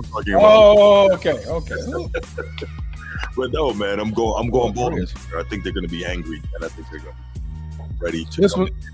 Okay. And again, we talked about it. This is the year. If you go and get the Chiefs, it has to be this year. Yeah. Before they retool. Boy, this is tough. Somebody got to be 1-3 at the end of the day. That's right. You said the Chiefs was favored earlier, right?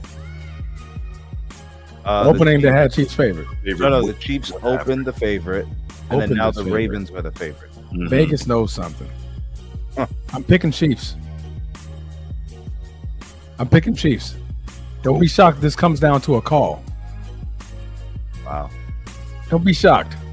I don't like that. Opening.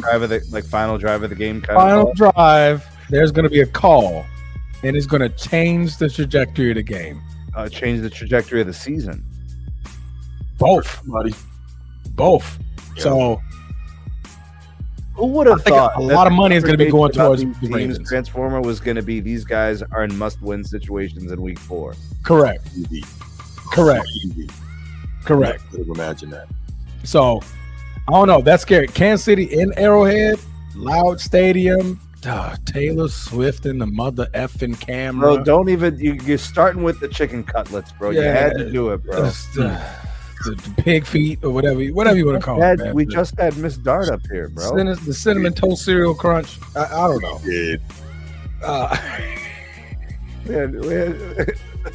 This was a tough one, man. This was a tough one. If I could be in that stadium, I would definitely want to be midfield to watch this game. But I'm gonna pick the Chiefs. I had the Ravens, but I'm gonna pick the Chiefs. I didn't know that the Chiefs opened up as the favorite, and now Vegas is flipping the money to get to Baltimore. I'm curious on that one. I'm gonna pick the Chiefs. I got a feeling it's gonna be. I mean, it's not an upset when you're at home, but I don't know. That's more of a gut call I'm gonna make right there. What is going on with Derrick Henry, bro? I don't know, man. How we go from conversations about him sneaking into the top 10 running backs ever, coughing up the ball. Yeah. In 3 straight games. How he fumbles the ball every 7,000 carries. Now all of a sudden he's coughing up in consecutive games. And getting locked up in consecutive games. That doesn't happen either. Yeah. Okay, so the Browns thing, fine, right? That could happen, but the team still won. But like last week. Yeah. Bruce, right here to your point. I was saying more so along these lines earlier when we were talking about the Ravens. The Ravens could also be looking at that too. Like, are we worried? Like, man, we about to run into a soft schedule. So, you got some players that's in that locker room like, man, we about to go on a run. No, really, I mean, so is their heart really into this game? Is that the winner of it? I'm sorry, is that the mentality of winners? Like the great ones, they don't think the Raven mentality doesn't exist right now, Bruce. So I don't know what to tell you. Bro, this whole thing could fall apart. Remember we were having the conversation about John Harbaugh being on the hot seat? Yes. This was what was going to cause it, something like this. Yeah. Absolutely. We talked about that earlier, Absolutely. All right. Final 4:00 game. We have the Bears playing against the Las Vegas Raiders. Geno Smith is currently the leading passer out of both teams, 831 yards, 4 touchdowns, 4 interceptions. But speaking of the number 4, Caleb Williams himself coming off of a 4-touchdown, no interception game against the Dallas Cowboys. Right now, the Chicago is favored by 1.5 in Las Vegas. Bruce, who do you got in this football game, man? Tough one. You want to believe that Chicago is going to go in there and do their thing because they have some decent weapons, and you want to say, well, Caleb just put together arguably the best game of his professional career, right? But then the question becomes, can he bring another one back to back, right? And I haven't seen that from him, so I don't know that I believe it. At the same time, like, the Raiders are not playing particularly well. Ashton Kutcher has not had the breakout game yet. Maybe this is the one. I'm going to go with the home team here. I'm going to go with Pete Carroll, and I'm going to go with Ashton Kutcher. And the Raiders. Raider Nation. All right, Sneak. They're not from the Big Sky. They're from the Mountain West. Boise State's in the Mountain West. But I get your point, though. Gotcha. We'll be fine. Sneak. The Raiders' defense thus far this year has been average at best, below average mostly. I mean, that's something that Caleb Williams can work with. Like, he can beat them. They're beatable for him. So if he's got some momentum coming in from the last game, again, the Cowboys don't have a great defense either. They played terrible. So he's just cooking them. But I think Caleb Williams can do that again. Maybe a similar game. Maybe not as good, but pretty good. And that'll be enough to beat the Raiders. I'll take the Bears. The Bears. All right. I'm going to pick the Raiders. Why? 1, Bears is in my division, so I don't care for them at all. 2, Caleb, you got to prove it to me. Yeah.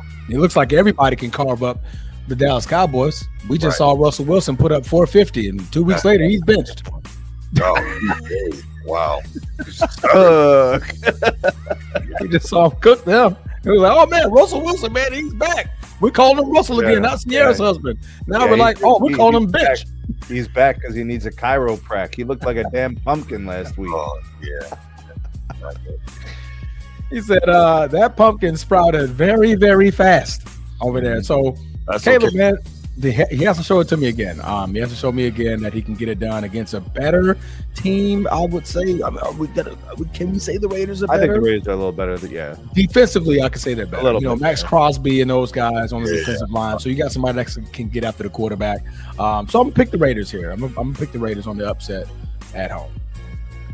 All right, now to the game of the week. Micah Parsons makes his return to Arlington, Texas to battle and chase down Ramon. This is Ramon. Dakota. Ramona. What in the I put his bro? Is that a hotel, bro? The Ramona. The Ramada. The Ramada Inn. Steve, you wild, bro. The Ramada. My bad. Dakota Rain Prescott. I don't know where I got remote from. I started off wrong. Dakota Rain Prescott for the first time in his career. Micah Parsons has already stated it's going to feel weird to hit Dak Prescott. So he already knows he's going to touch him. All right. Sneed, who do you have winning this football game, man? Green Bay favored by 6.5 in Arlington, Texas. It's gonna get pretty bad. There's gonna be points of this game where, like, Micah is gonna be moving so fast.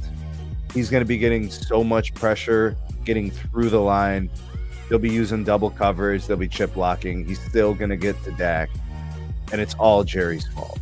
This is all about. This has nothing to do with Dak. This has nothing to do with the other guys in the locker room. I bet you Micah loves all those dudes. Yeah, you know they got along. He's gonna have like 5 QB hits. He's gonna have like 4 tackles for loss. 3 of them will be sacks. And the Packers are coming off a bad loss to Cleveland, right? They want to get back on track. Jordan Love will throw a couple tuds. Josh Jacobs gonna get a couple goal line touches. You know, it'll be good. I think the Pack win by 10. Pack win by 10. All right, you had Chicago winning, didn't you? Did you pick Chicago or you picked Vegas? Yeah, I picked that. All right. Bruce, you also picked. You picked the Raiders. I picked the Raiders. You picked the Raiders. Okay, just checking my box here. All right, Bruce, who you got in this game, brother? Man, I got Green Bay, man. As you love to remind us, Green Bay, Jordan Love hasn't lost in Jerry's world, right? So Undefeated. Undefeated, right? That's big. Last time he was there, he lit them up, tore them apart, and that defense was better than this one. So I have a feeling he made 10 Pro Bowlers was on that team. 10. That's why I don't like hearing no excuses for Dak Prescott, but that's a whole side. Right. But yeah, I don't see. I don't think Mike is going to go off because they're going to make sure they give him a lot of attention in terms of blocking. But that opens things up for other guys. I think Green Bay Gary. Go ahead and there you go. I think Green Bay is going to manhandle these dudes. It's not going to be good at all. I definitely have a double-digit win for the Packers here. Yeah. It's all bad in Dallas right now. I'm not even proud to even talk crap about this game. I do because my little brother is a Dallas Cowboy fan. What up, John? Love you, little bro. But it's just all bad for him. There's going to be no CeeDee Lamb, so you lose your number 1 receiver. You traded away Micah Parsons. You no longer have a pass rusher. You might be without Kenny Clark, who you traded from to get Micah Parsons. So you no longer have a run defense. Yeah. Now you no longer have a secondary because Deron Bland is currently on IR, and now you're looking at Trevon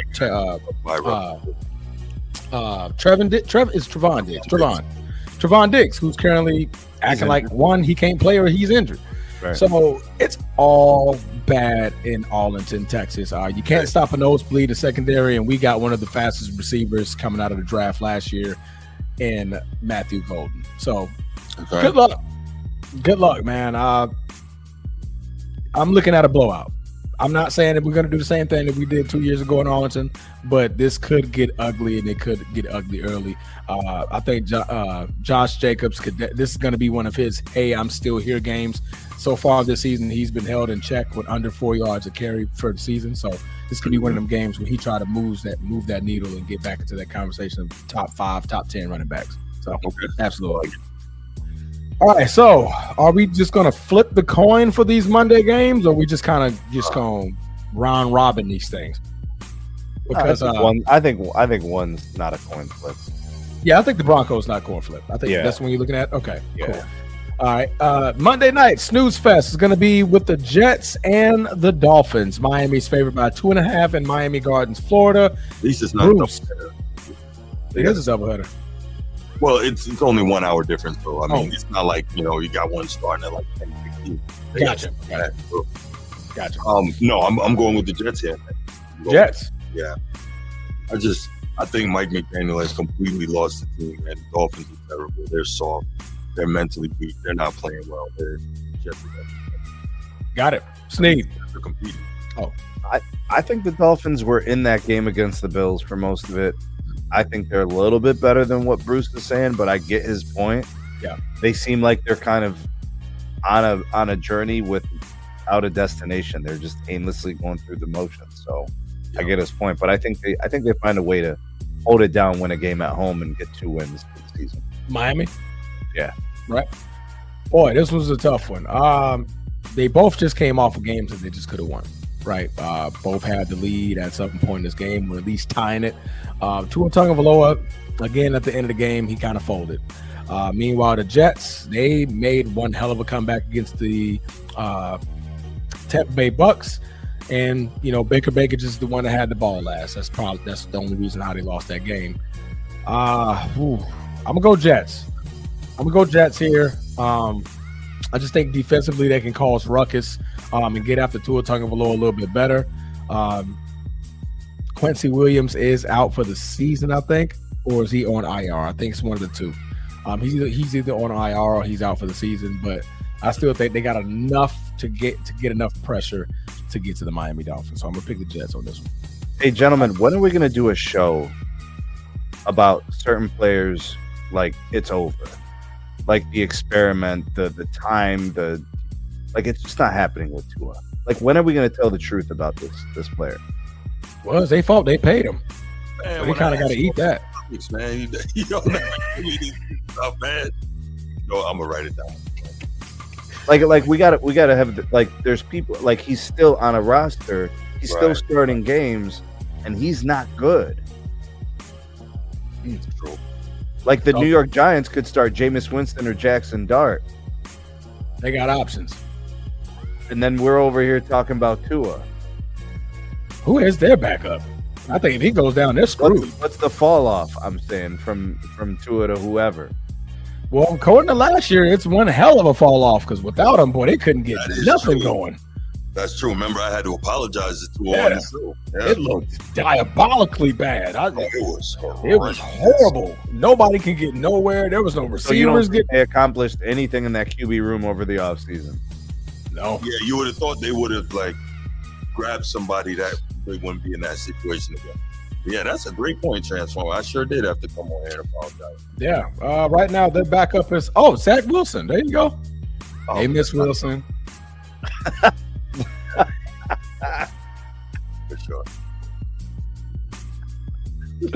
And they got Quinn Ewers. They got Quinn Ewers in their backup room as well. But I mean, honestly, it's bad. It's bad over there. Man, I just think that they're gonna get. Before they get rid of Tua, they're definitely going to get rid of Mike McDaniels first. He's going to be the first. I mean, it's both. Yeah, but it's not a double-edged sword because you got to trade Tua. You can't just cut him.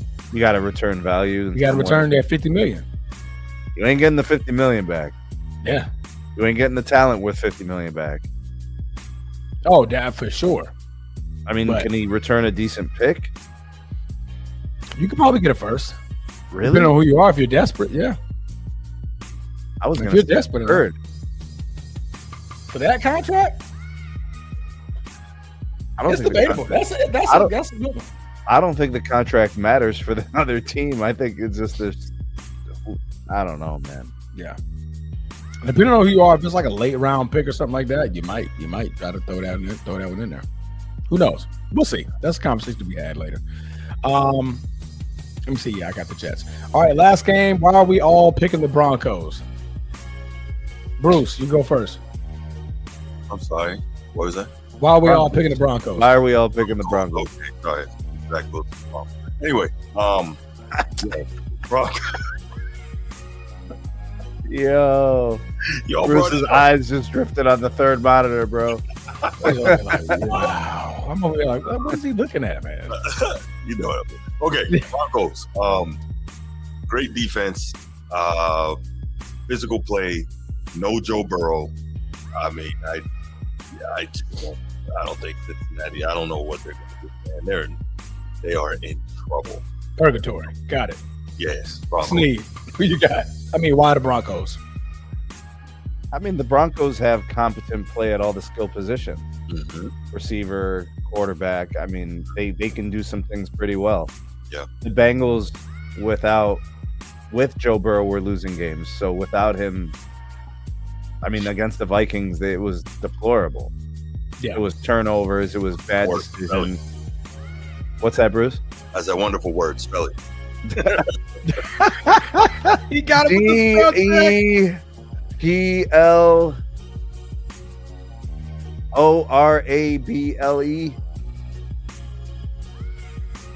I got You got it. it? I got it. Got Okay, deplorable. You got it. Yeah. Well, Long as he got it, bro. Long as he got it. 2 for 2, bro. I nailed both my words in consecutive weeks. Acumen. I got the last one last week. oh, acumen. There Yeah, we he got acumen last week. Yeah. go. That's right. Absolutely. All right. This is easy. This is I'm gonna just ditto with everything you guys said. I just have one stat that I'm gonna point out. Jake Browning in 2 games is 3 touchdowns, 5 picks, 4 sacks, and it's not looking good for the Had to do it. Cincinnati Bengals. So They didn't have a good line before with Joe Burrow. What did the line get better? Right. no, line got worse. Right. Line got worse. Yeah. They have a total of 10 sacks on the season between the two. And we're only Straight at up. week I 4. bet you that Brown dude, he's going to church right before the game, bro, and he's praying. You need to do something. God, man, watch over me. Watch over this line. I need you. Watch over this line because they're coming after me. I don't know where to throw the ball to. Wait, what color are the Broncos? What color are they wearing? If they're wearing anything with orange in it, oh, Jake Brown is throwing 3 picks. Jake Brown is throwing 3 picks because he's going to look for orange. He's like, oh, man, both of them got orange on. It's Bro. gonna be Orange Crush, bro. Straight Orange up. crush, yes. Yeah. All right, man. That is our weekly pick'em. Tell us what you guys thought about that. We can open the phone lines. So tell us what you think. Meanwhile, Sneed, if you want to go through your rundown, you have Seattle, Arizona.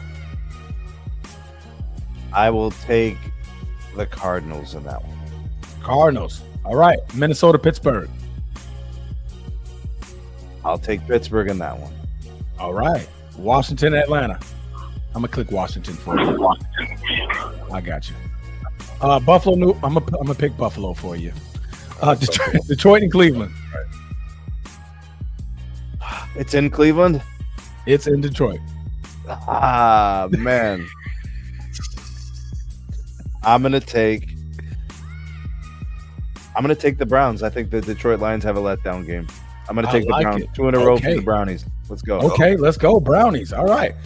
Tennessee at Houston. Both 0-3.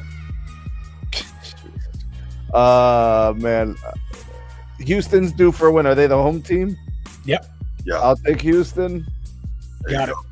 I like it. Yeah. Carolina, who the one that put foots in them and the one that needs the cheeseburger at quarterback and also tied for the shortest quarterback in the league next to Kyler Murray, travels to New England. Who do you have? And get that guy like double, like the double wrapped like Chipotle burrito, bro. Get that dude some extra calories. Give me the Patriots, bro. All right. One half of the flowing hair gets to go travel and play Mrs. Dart's son, Jackson Dart, his first start in the NFL season. He's getting the win. Jackson Dart for the win, bro. Giants. Yes. It. Okay. Wait, who are they playing? The Chargers. Go Chargers. You don't think there could be an upset? Ah, man. All right, give me the Chargers, bro. That's just too much. Bro, the Chargers are hot right now. They're winning hot. games, bro. They're hot. It's all working right now. Give me the Chargers, bro. Absolutely. All right. The Super Bowl champs, 3-0. Get the battle. The 3-0 Tampa Bay Baker touchdown maker with no Mike Evans on the road in Tampa. I'll take the Eagles. Eagles. Got it. And last but not least, Jonathan Taylor, Indiana Jones, gets to travel to Los Angeles to play the Rams, who just got upset by the same team you just picked, the Philadelphia Eagles. Bro, are the Colts real? We're about to find out. There you go. We're about to find out. That is an excellent question, sir. All right, I'm going to bet against them. Give me the Rams, man. Got the Rams. Got it. I'm going to start betting on the Colts for the rest of the season if they beat the Rams. Oh, absolutely. Right. Yeah, because that's it. Because that's a good team. That's a good defense. It's a very good offense. You stop them. You beat them convincingly. I'm all in, bro. I'm all in on the Colts. Got it. I like it. I like it. That fills up your sheet. You are complete, Mr. Sneed, and got what you need. All right, Edward. We got Edward on the line. Thank you for your patience, man. Go ahead, Edward. What you got? Kill the music so we can hear Edward. Yeah. Oh yeah, I got you. No, hey, it's all cool. You know, you can keep the beat dropping. And speaking of the beat, Bruce, I'm gonna need my invoice from Capital Entertainment. Don't forget to send me that invoice to remind you from that beat. All right. First of all, you don't even know what a good beat sound like, but that's a whole different thing. I thought it was So go just ahead, say Blake. what you're I saying, thought man. it was just Blake. Hey, don't disrespect DJ Paul. He got good beats too. But anyway, so with the pick'ems, I'm gonna start off with the Sunday morning game. I'm going with Minnesota. I mean, last time Aaron Rodgers played against Minnesota is when he was with the Jets, and they lit his tail up, pardon the left, man. When they was they lit him up, man. They lit him up. So Minnesota's, even though I'm still a fan, but I'm just being real. Who else? I mean, of course, you know, man, hey, Green Bay all day, every day. That's what you said. The spread is what, 15, or is it 15.5 or 14.5? 6.5 for Green Bay. 6.5. Wow. You're thinking of the Bills was 15.5. Oh, okay, Yeah, okay. Well, yeah, most definitely. That one. Well, yeah, I can see that too. But man, now Jalen Hurts is going against the Bucs, and I know they ain't got Mike Evans, but before that, Jalen has a losing record against the Buccaneers, right? Is he like 0-4 or 0-5 or something like that? Say it one more time. I would have to look that up. Let's find out. Go ahead. What was the question? Look that up. Jalen Hurts career record against the Bucs. Got it. Oh, you typing it? Yeah, I got it. God, I can tell. We can hear it. Proceed. Yeah, he always have a hard, difficult time with going against the Bucs, though. I mean, I know they beat him. I know he's 0-2 in the playoffs. I don't know about the regular season. That's counting with Tom Brady and with Baker Mayfield. Okay. So they're gonna probably give him a work of his money. Let me see. I want to go. I mean, my heart wants it to be the Bucs, but you know, top of my shoulders, it's gonna be the Eagles. Champs. Gonna stick with the champs. So, but I know. Sorry, go ahead. Go ahead, Bruce. Go ahead, big dog. Go ahead. I was going to say Jalen Hurts is 1-4 in his career against the Bucs. 5 touchdowns, 5 picks. Ooh. Yeah, right? Todd Bowles got him figured out, huh? Maybe. Yeah, that's why I said, like, you know, that right there is kind of, because he always have a difficult time playing against them. And who else? I know, Bruce, this is a must-win for y'all Sunday. Agreed. Very a must-win, because even though I know they're getting their 2 wide receivers, they are coming back for the Chiefs, getting their wide receivers coming back from what I was told. Who? And I think he said Xavier Worthy and Rasheed Rice. What's Rasheed Rice is still suspended.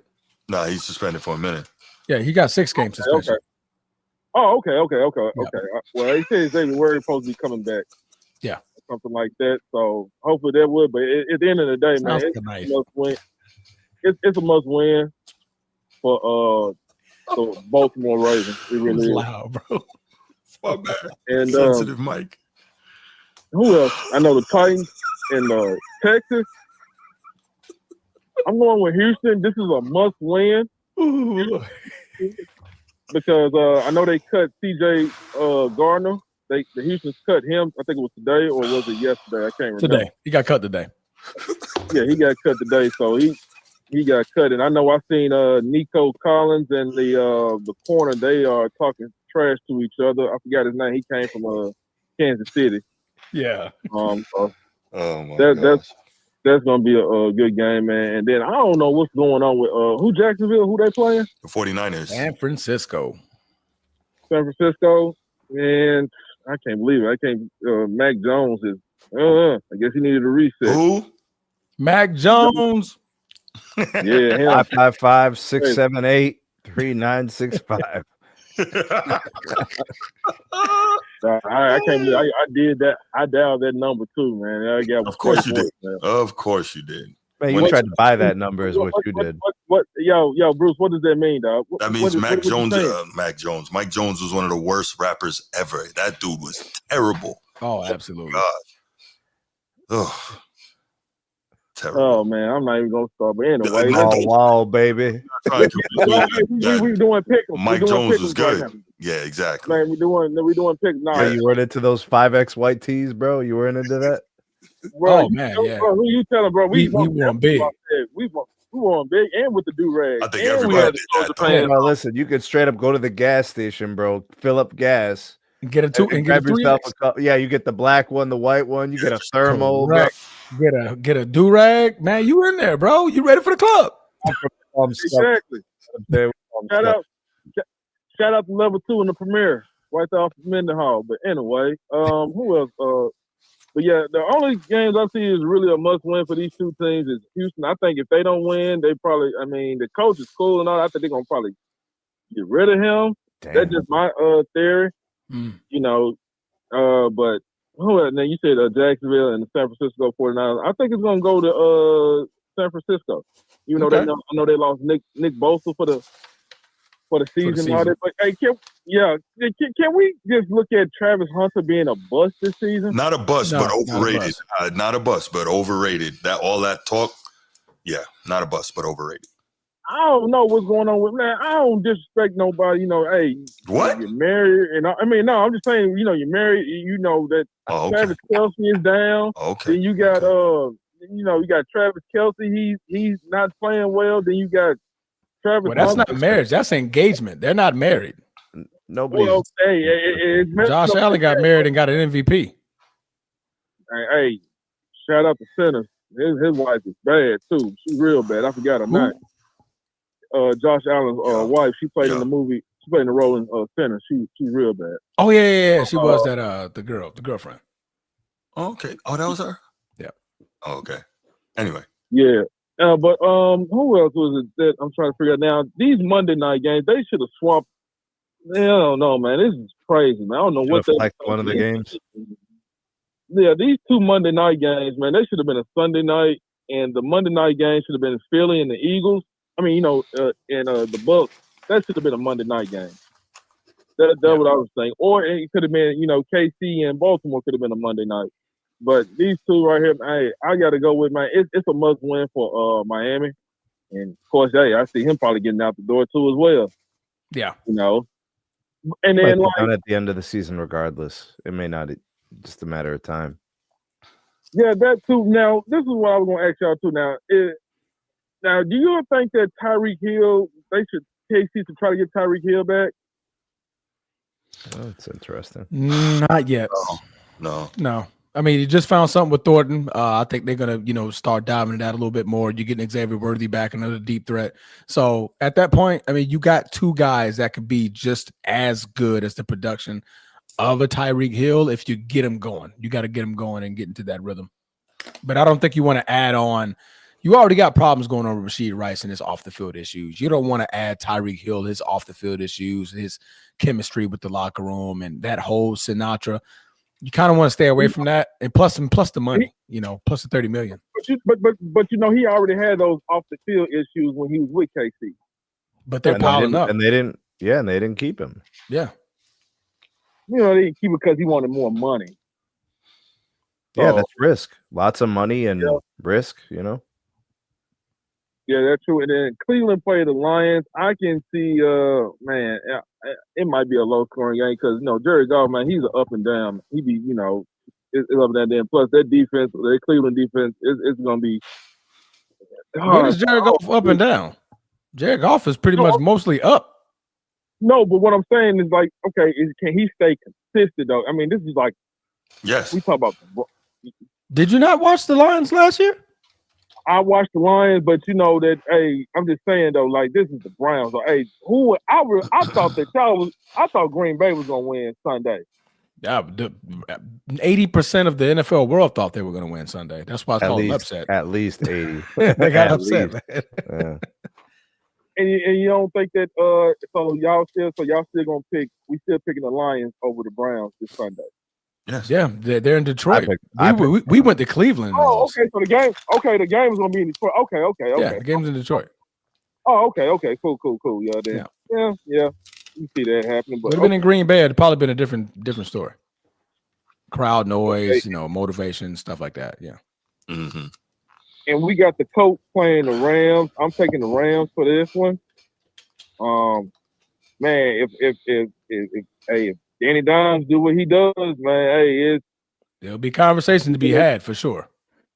Yeah, most definitely. And then I can see him winning comeback player of the year if he does stay on this road. So He got it right now. yeah, he's a number one for most definitely. But that's all I got, fellas, man. I'm gonna keep watching the show, man. Y'all have a good night, man. Make sure everybody hit the like and subscribe for my fellas on this channel with Sneed and Transform and YouTube, Bruce. All right. Appreciate you, Eddie. You too, Bruce. Thank you, Edward. Don't All right, no problem, don't Cap. punk out when the time comes. No Oh, problem. shit, Hey, Liddy. hey, look, man. Hey, man, you got to keep the show rolling, dog. I'm not going to deal with this. Yeah, all that's day. right. You We're already keeping gave the me, show rolling. I'll just bro, give you you a gave reminder. me a headache. Hey, look, man, Cap, you already gave me a headache. I had to take like 2 Tylenols this morning. Just keep the show Whatever, rolling, all man. You right? better not take that Tylenol, bro. You already heard what El Presidente had to say. Man, he's talking about with the women. He ain't saying nothing about the guys, so I don't want to hear all that. All right, fellas, man, y'all keep the show rolling. All right, you, Eddie. All right, bro.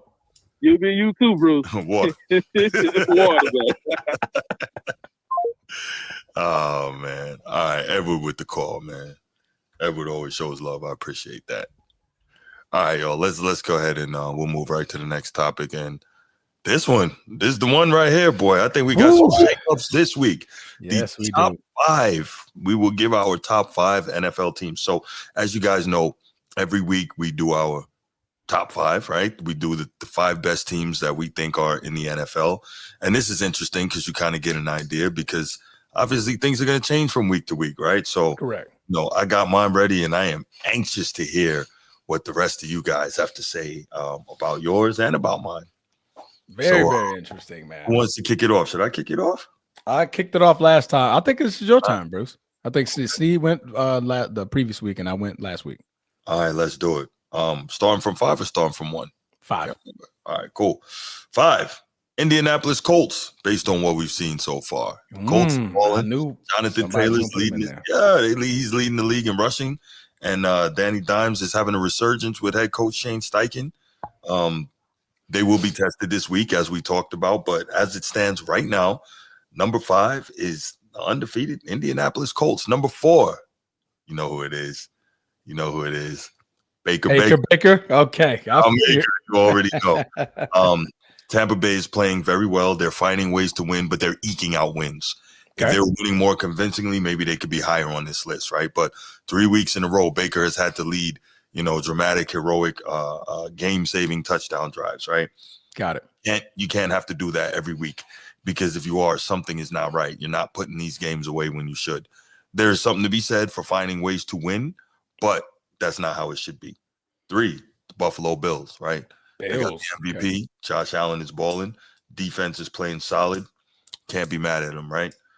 Suddenly that opening night win against the Ravens is looking less impressive, but still very good team here. 2, flowing hair in the Los Angeles Chargers. One of the best defenses in the league. Flowing hair is playing out of his mind.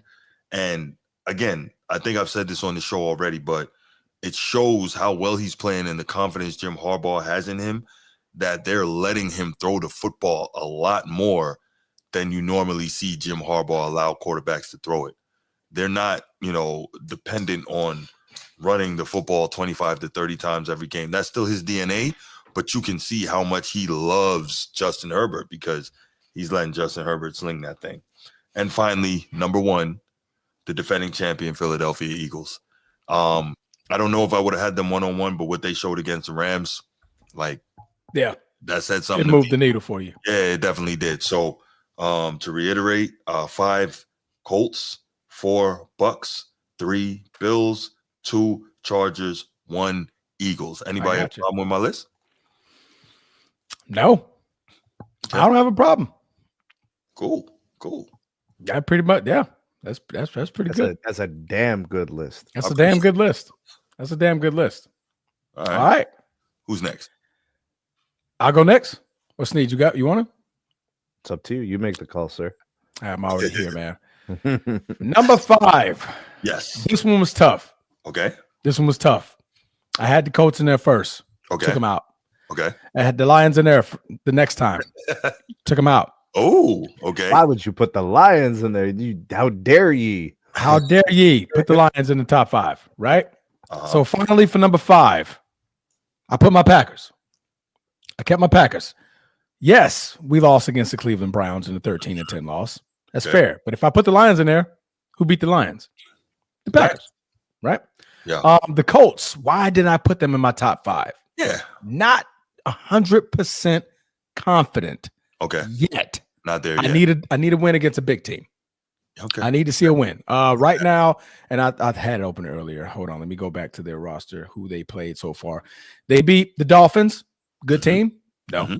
Broncos in a shootout in which actually Bo Nix kind of turned it over and gave them the win. Beat them 29-28. True. Good, but that's a good win, though. Good. I said good win. Just good win. Good. You know, not a big team. Yeah. And then you curb stomp Cam Ward and the Titans. So I'm not ready yet to say Colts are in my top 5 when I haven't seen them play against a real true horse on both sides of the ball. And that's when we're going to be playing the Rams. And if they beat the Rams next week, guarantee they're going to be in my top 5, despite what happened against this week. So, but I got my Packers at number 5. I'm gonna keep them at number 5. Number 4, I have the Bucks. Baker touchdown maker, man. 3 weeks in a row, he's getting it done in the fourth quarter. Yes, sir. I have to give love to that. Agreed. Even despite losing to Mike Evans, he still was able to go down there, get a good game-winning drive. And it's not only the throwing; it's when he needs to break the pocket. Yep. He's a bull.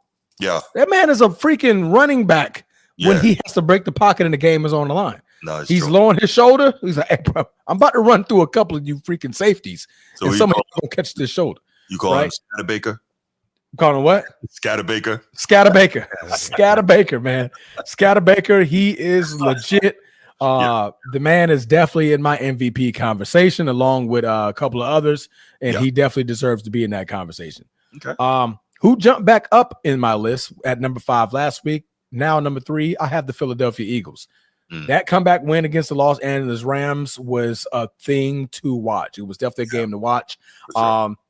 They showed why they're champions. They showed why they're undefeated. They showed why all this noise about how we're winning and how we need to score and Jalen Hurts throwing the ball downfield. How y'all need to shut up. We're winning. We're winning football games, right? You guys are complaining, but we're winning. I'm trying to figure out what's the problem. So the Eagles definitely are at my number 3. Number 2, one half of the Flo and Hair gang. You know, I had to put him there, and that's the Chargers, right? Flo and Hair is playing unbelievable right now. Right now, he has all of the naysayers at the beginning of the season that had Herbert in the top 5, and I'm one of them as well. I'm one of them, for sure. Had him in the top 5. He's proving those guys right and proving us wrong so far. So right now, still undefeated, and he had a great comeback victory in his last game. So why not put him at the number 2 spot? And number Bills, I'm gonna give them the number 1 spot, reigning MVP, just doing what he needs to do. They had a fairly easy win last week. I mean, not fairly easy, but easier type of win. I mean, they beat the Dolphins, but at no point of the game did I feel confident that they were going to lose. Right. Everything looked flawless from the run game. Josh Allen, 22 for 28, didn't even need to be a hero, but somehow still got you 3 touchdowns. Jared Cook is out. James Cook, I'm sorry. I'm thinking of his brother plus his last name. 19 carries, $108, 1 touchdown. These dudes are still finding ways to get it done. It was at one point we were having a discussion. I believe, Bruce, this was you, man. What are the Bills doing? They let what's his name, Amari Cooper go. Like, what are they doing? How are they going to win? They're winning games. Yeah, they're finding other ways. Shakir, Dalton Kincaid, Keon Coleman, go knows. He's giving everybody the ball out there. And right now they're looking unscathed. They got wins against the Ravens. They taking care of their food when it was put in front of them. So I got no reason why I'm not keeping them at number 1. So again, Packers number 5, Bucks number 4, Eagles number 3, Chargers number 2, Bills number 1. On the outside looking in, I have not my Lions. Jesus Christ. Oh my God. Let me get my. I didn't mean to say that. Whew. That was a close one. That's classic right there. It's all right. It's okay, baby. It's all right. There was a mistake. I didn't mean it. Plays mess up too. I have. That was a Freudian slip. That's a Freudian slip. All right, I have the Lions on the outside looking in, along with the Colts on the outside looking in. The Colts get a victory this week. Yeah. I might have something to say next week, because next week, Bucks and Eagles play against one another. So things are going to shift up again in our top 5 list. Mm-hmm. Yep. Okay. Sneed, can't wait to hear you, brother. All right, outside looking in. So emerging. I'm going to take the Packers out, but they're right there. I want to put the Niners in because they're winning in spite of injuries, right? Okay. Which impresses me. Yeah. And the same thing I want to say about the Commanders. Winning in spite of major injury to major piece like the quarterback, bro. Getting wins. So, like, those are impressive things. I want to get them in, right? So it was either choose one of them or choose the Colts. So I just chose the Colts because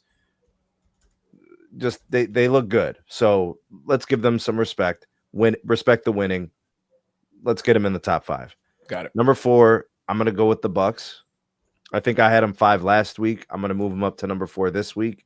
The Mike Evans loss is tough, but Baker will find a way to keep his team in these games, and he'll find a way to get the ball across the goal line and all. He's just fantastic at the end of the game. So I have to respect that. Flowing hair at number 3.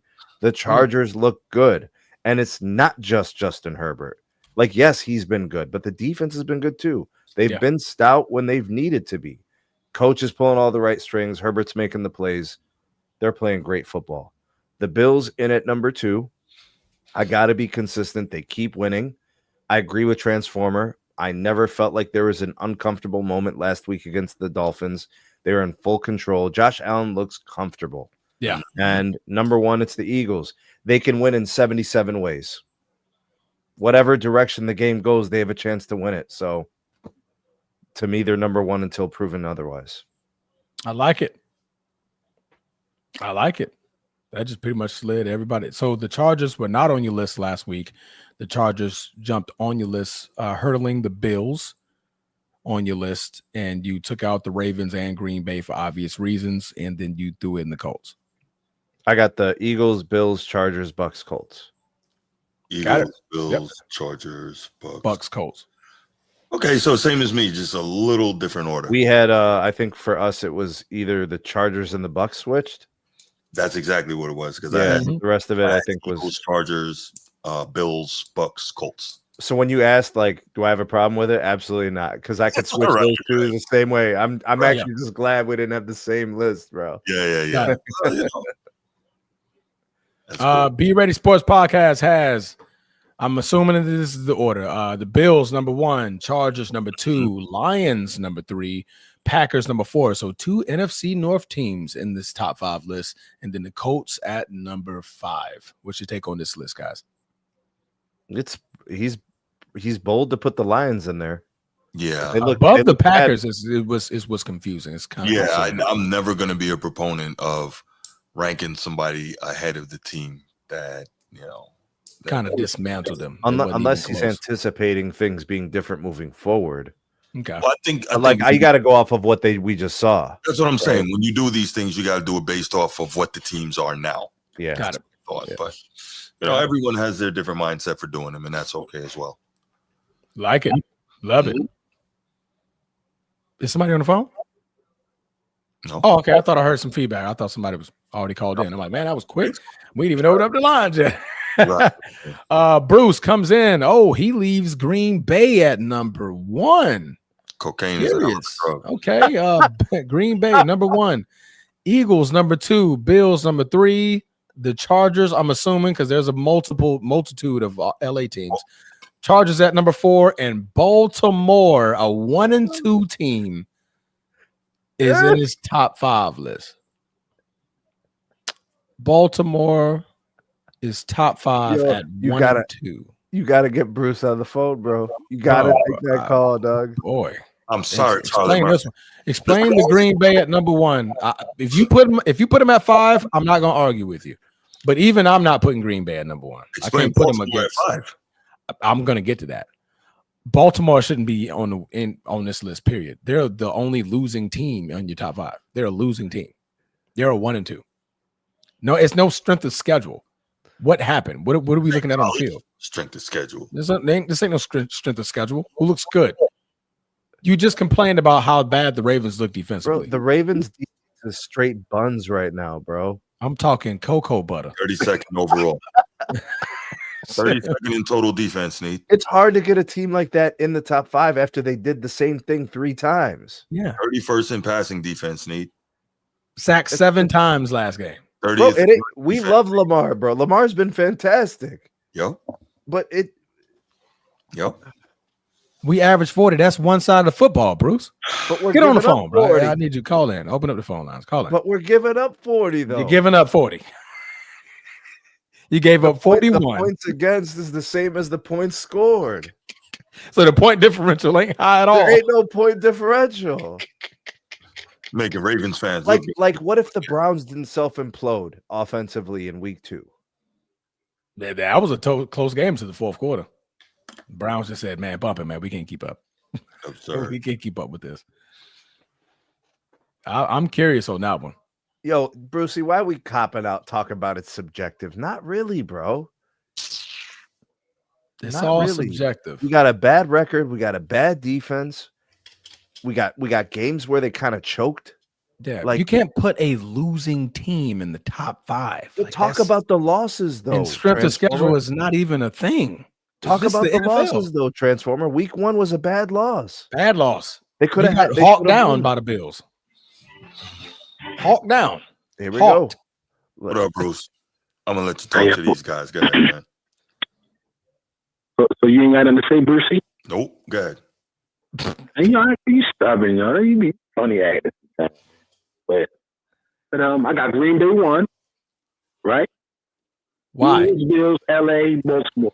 Bro, don't let him slide, bro. Tell us why. Wow, Baltimore. Why I got Baltimore at 5? No, Green Bay at 1. Green Bay at 1. Why is Green Bay at 1? Oh, balance. They're the most balanced team in the NFL right now. True. Offensive defense. They got the formula to get to win the Super Bowl this year. They got the formula right now for deep pass rushing. They got good young corners, good young safeties, good young defensive end. Good. What's his name? Rashad Gary, the kid Gary. Yep. Good. Well, What about our offensive line? It's above average. Not right now. Hey, man. You don't think so? No. Right now we are. Zach Tom is out. Aaron Banks go Irish. He's dealing with it. We're already shifting over our offensive line already. So are you number 1 in defense? Are we number 1? I don't think so. Oh no, I think we are. I think we still are. Yeah, we are. Nah. I'm talking about points allowed. Points allowed. I think we're number 1. Maybe. Okay. Yeah. Okay. What wins championships? Defense. Okay, thank you. But I mean, that's not the question. We're not going to get it together. It's going to get it together. It's only week 3. It's only week 3. Teams are not fully. Teams go to jail. Some teams jail quicker than others. Some teams are slow starters.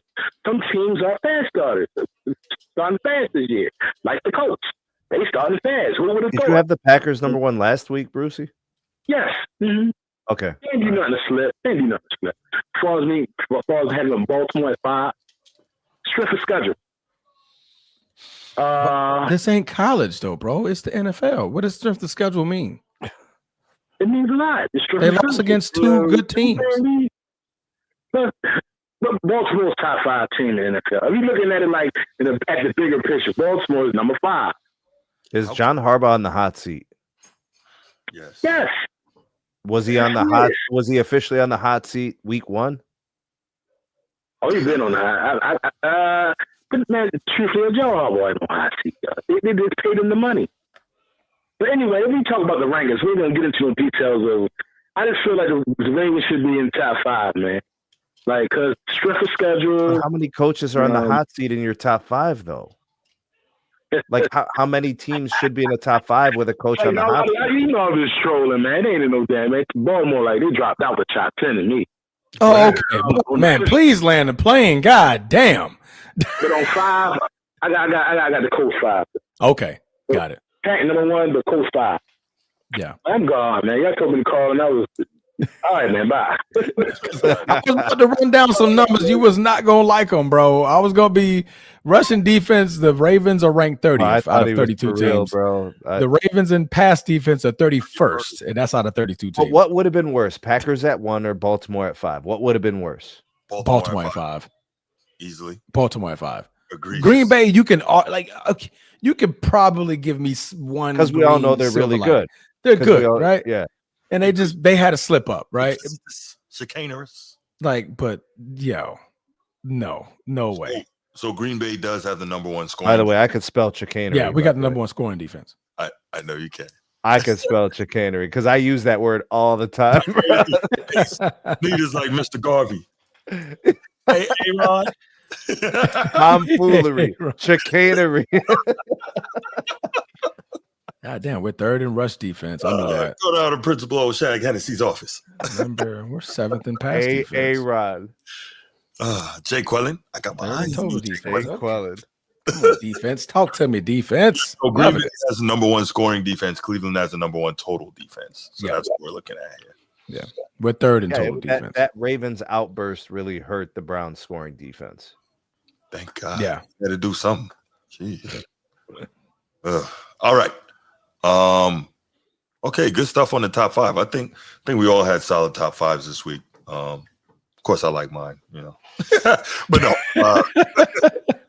We all so you like Sneeze? Y'all had the same fucking top 5. Yeah, for sure.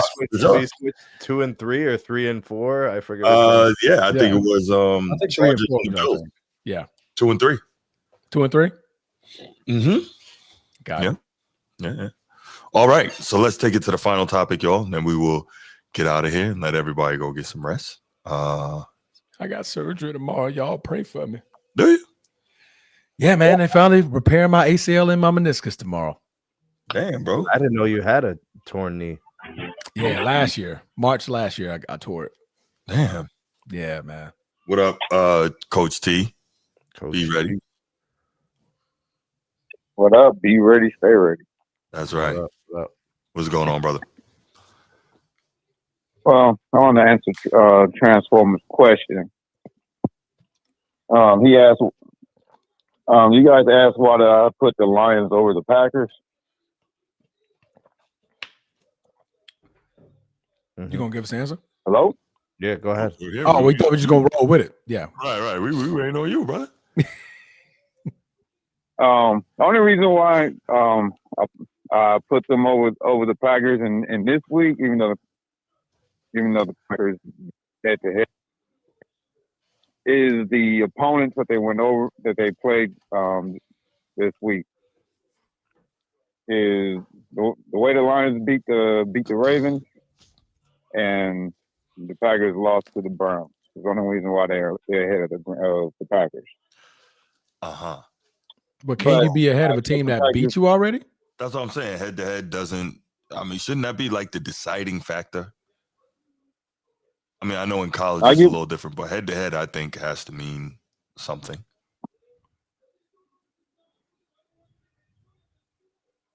Well, that was the reason why I put it. Okay.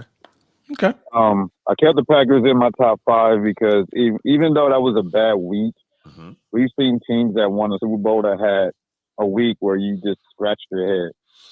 Right. Because I remember when Steve Young won his lone Super Bowl in week 3, Jacksonville put up 63 points on them. Damn, did they? That was a long time. 63? It was 63-7. They whooped our ass. Back in the day, boy, that's a murder scene. Yeah, for sure. Yeah. It was terrible, and then that was Jacksonville's what? Who was that? Fred? Fred? Was there running back then? I think it was like their second or third season. Yeah, they had Fred Taylor. Yeah, so Fred Taylor. Yeah. That game, nothing was working. Like that was like a massacre. It was like either week 2 or week 3. I'm trying to go off memory. That was a long time ago, and they still won the Super Bowl. So Sheesh. So I'm not writing off Green Bay yet off of 1 week because Cleveland does have a very good defense. Mm-hmm. So I'm not writing them off. You sure it was the think they're gonna Jags? bounce back. Huh? When did the Jags become a team? 93 or 94. Because I know their No, I second think year they went to the AFC title game. I know. I said Crazy. I think it was And Jacksonville. Carolina on the other side. You got beat Wild. 41-3. But that was in 99. Y'all didn't win a Super Bowl in 99. We didn't win the Super Bowl in '99. We had a bad loss that year. It probably was another team. The Super Bowl team, the Super Bowl. Well, they must have beat somebody else. There. I know Jacksonville whooped on somebody. No, Yeah, I mean, you are right, but it was final 41-3 in 99. He's thinking about Dan Marino's final game. They put 60 plus on them, and in the playoffs, I know what he's talking about. Yeah, But we did have the last year Steve Young won the Super Bowl. We did have a bad loss in the beginning of the season. What was your last Super Bowl? 95? I Yeah. believe That it was was 95. that was Cowboys. no, 94. 94. They beat the brakes off the Chargers in the Super Bowl. Natron Means in them. Stan Humphries. Yeah, but we did have a bad loss that year. So I'm that's only like I'm not gonna write them off. I'm not gonna write them off just yet. Well, I'm not gonna write them off of just because they have one bad loss. 'Cause every team has at least one bad loss where you scratch your head like what's going on. That's true. So I think the Packers will bounce back. Who the Packers got week 4? I don't have it in front of Got me. the Cowboys game of the week. Sunday Night Oh, Football. they're gonna beat the Waiting brakes off all the Cowboys. day for Sunday. Oh yeah. Night. Yeah, that's Michael Yeah. Parsons returning home. That's Oh, correct. Yeah, they're gonna bounce back against the Cowgirls. But Still got beat 40-8 in 94. Trying to find that game. you said 40-8. I know we only one game we didn't. That game we got beat bad. We only scored one touchdown. Yeah, it was like you got beat. You lost to Philly 40-8 in 1994. Oh, that must be who I'm thinking about, Philly. Yeah. I don't think Philly was good that year. It was a bad loss, and Steve Young was on the sideline throwing his helmet and screaming at the coaches and everything, and they were talking about we were going to implode, and then we righted the ship. So sounds accurate. So they didn't get Green Bay just made some. It was a tough defense. They were making some miscues. But I want to ask Transformer this: What? do you believe those allegations that they're trying to say that because Green Bay had a ton of money on the spread of people picking them that we threw the game? They threw the game on purpose, so No. the NFL didn't have to make those payouts. Now, if that's the case, then I got to look at every game that way in And the NFL, not just the Green Bay game. I mean, Wait, against Cleveland, the Browns? Yeah, I doubt that. The NFL Bro, is different. the man. Browns' defense is real. Yeah, is they very got after Jordan Love. Jordan Love didn't get rid of the football. That was a clean pick. Clean pick. I mean, the defender shaded like he was going to go. I think it was Bro, Tucker. the Packers had and he picked 14 him off. penalties. 14. So 14 penalties. They had late turnovers, and the Browns were on it the whole game defensively. Yeah. That's What changed the game was the turnover in the red zone. I mean, in their red zone, they got it. That'll give a team a chance, even though they couldn't move the ball in just short fields. Yeah. Yeah, I don't like rumors No, me either. Rumors, boomers. because we already know what rumors do. But I Yeah. just thought that was kind of like disrespectful to the Cleveland Browns. They got a good win, and now trying to say, Browns win a game against a key opponent, and you guys want to talking about investigations and No, it was a good like win, that. man. It was a good win. Nothing more, nothing less. Congratulations, Sneed. I hope you guys get some momentum off of that win and make some noise in your division. Yeah, Please thank you, beat bro. I'm Detroit. hoping Myles Garrett gets some MVP votes. Please beat Detroit. I think he took it personal, and which is common when you have two great defensive pass rushes, going head. I would say going head to head. You want to show that you're the best. That's what I took it. While Myles Garrett just went crazy. Triple teamed. I think he won. Yeah, I think he just Jordan wants to run. I'm the best. I'm the best pass rusher. Well, let's Jordan see if they can keep that up.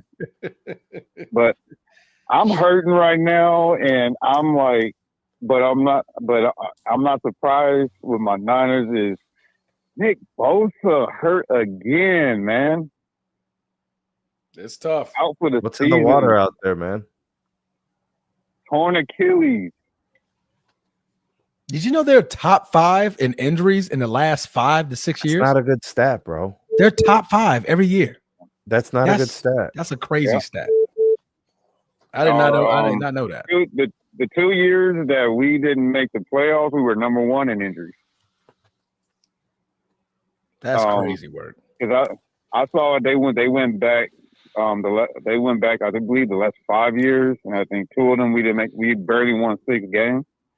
And those years that we barely won 6 games, we were number 1 in injuries. I'm like, I don't know what. I'm like, they need to get a new training staff or something out there. I don't know what's going on. Maybe it's the field. I don't know. Something's going wrong. And Najee Harris's injury was scary too. Yeah, that he was just breaking to go get the handoff and tore his Achilles. I was like, before I get off the phone, this will be the last things I want to, because I know you guys want to move the show along. What is going on with these Achilles injuries in the NBA and NFL? Like, the doctors we never are trying to figure this out. They're still trying to figure this out, man. There's no rhyme or reason. I've spoken to doctors themselves. The NFL, NBA, they're both talking to doctors. Nobody knows the rhyme or reason on how an Achilles can just go. It's just one of those phenomena where there's not enough research. But there has to be. We better get on. There's got to be something they could look at, because there seems to be a spike in Achilles injuries as per. I don't recollect when we were growing up watching football and basketball seeing this many Achilles injuries. I could be wrong. There was one player, Kevin Durant, who had a pre-existing injury and then became an Achilles tear. No, that makes sense. Tyrese Halliburton too, I think. He had an ankle injury. Did he have a calf? It was a calf, right? It was his calf. Okay, no, it was a calf strain. Both of them had calf strains. They both had calf. Right. Right.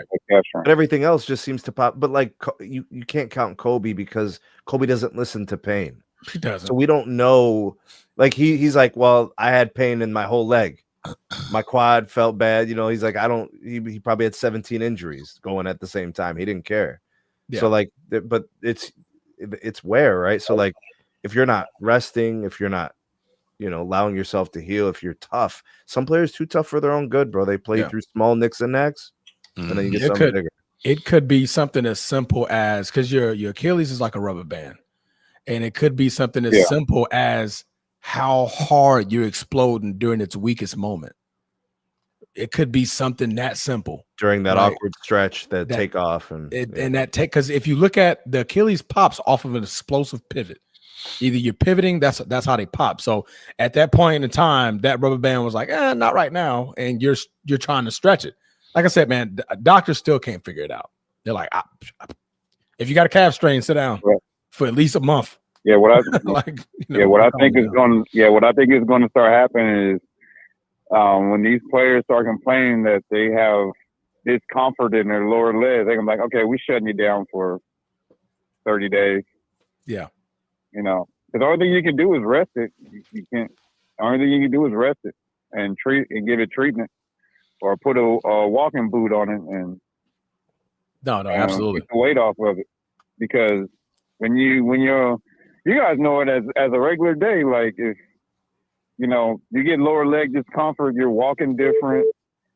Your other leg is overcompensating what the bad leg is doing, and then you can just do one thing, like you forget that your leg is hurting, or you at work or something, and then you just step and put weight on it and push off. Then you're like, oh shit, I gotta sit down. Yeah. You get that sharp pain. You're like, oh, I gotta sit down. But athletes, like Transformers said, athletes overexert it though. Normal people will step and be like, oh shit, I forgot I was hurting. Let me go sit down real quick. Correct. Athletes don't have that luxury. You're in the moment, you put that weight on it and try to push off, and then it's like, nope. Correct. No, Well, absolutely. You're right, man. We appreciate that call, Coach T, man. We got another caller trying to get in, man. Thank you so much. I know, Bruce. I know, Bruce. Got to keep the show rolling. We appreciate you, bro. You ain't got to kick me off the phone like that, Bruce. All right, Coach T. All love. Hey, we appreciate you, for real, man. What's up? Go Trojans. Hang it up. Hang it up, Bruce. He's willing you in. Hang it up. Hang it up. Go Trojans. Go Trojans, Bruce. No one says go Trojans. See, you're supposed to say fight on. See, what's wrong with you, man? Yeah, I don't think you might be taking it a contraceptive. Yeah, right. Exactly. All right, brother. Have a good man. Go Trojans. Yeah. Said it anyways. Edward, what's going on, brother? How are you? Man, I'm good, bro. Let me hurry up and give me 1 minute and knock this on out real quick. Jesus. Okay, so number one, I'm going with Buffalo because, of course, they got the reigning MVP, so that's my number one. Number two, I'm going to go with Jalen Hurts and them, the Philadelphia Eagles. Even though I do not like the disrespect that Jalen Hurts is getting from Drew Brees, he's talking about the offense is boring and everything like that. I mean, that make me think, is he talking about him as a game manager or a game changer? So I don't know. That's what I'm going with. And number three, I am going with the Chargers because my guy, him, man, they doing real good over there. I mean, I know they brought Keenan Allen back. He's like more of a third down guy, so he's like your clutch player. So I'm going with him. And I'm at number 4, right? Yeah, I'm at number 4. Mm-hmm. So number 4, I'm gonna go with Green Bay. They doing good, and then I'm gonna stick with that NFC North division too. I got to put the Lions number 5, man. I mean, Lions doing their thing, and Aiden Hudson. I would put him out now. Would you put him in a comeback if they stay on this trajectory? Could you see him as being in a top 5 MVP? I mean, not MVP. Well, you could be a defensive player of the year. Yeah, maybe you put up the numbers. Mm-hmm. How's he gonna beat out Myles Garrett? Sacks. Oh man, they normally give it to the sack leader. So if he outpaces him in sacks, he'll be into the conversation. Okay. I mean, and I then think he only has 1 or 2 though. Okay, and I know he's like 23 or 24 years old, and I know he came off of, was it an MC? Did he come off an MCL or ACL? No, I think he broke a bone. I think he broke a bone. Okay. I don't think he tore a ligament. I think he broke something. Okay, Yeah. and they coming off, and he's doing his thing right now, and then plus can he be candidate for like comeback player of the year? Yeah, he fractured his left tibia and fibula. He fractured his leg. Okay. Yeah. Okay. So could he be also in a vote for comeback player of the year? He could. They stay on him and Daniel Jones. Yeah. Yeah, for sure. Damn, I sure forgot about. I ain't ready to put the Colts up there. I'll probably put them number 6. But right now, I just stay with the Lions. And then also, Aiden Hudson, he deserves a contract. If Michael Parsons getting that money, I think he deserves his money too as well. But He'd be next up. He'd be next up. He'd be the next guy. Yeah. I believe that's me. Yeah, so he deserved that money, man. So that's all I got, fellas. I know we got to keep the show rocking and rolling. So I just want to go ahead and throw that on now, get it on now, quick and simple. Man, we appreciate you. All right, Eddie. Oh, most definitely. All right, y'all, man. Y'all keep being you. Sneed, Transformer, and Bruce. All right, y'all. I never appreciate the call, brother. Dropped it down like I know you, Bruce. Yeah. Right. So Myles Garrett and Brian Burns are tied for second in sacks. Rashawn Gary is number one. Okay. All right, let's go to that final topic. Transformer, this was you, man. Talk to us. All right. So we've had this, Mhm. I would say, resurgence of talent of what we saw, what teams saw, what front offices saw in the draft. So these guys get drafted fairly high for their draft stock.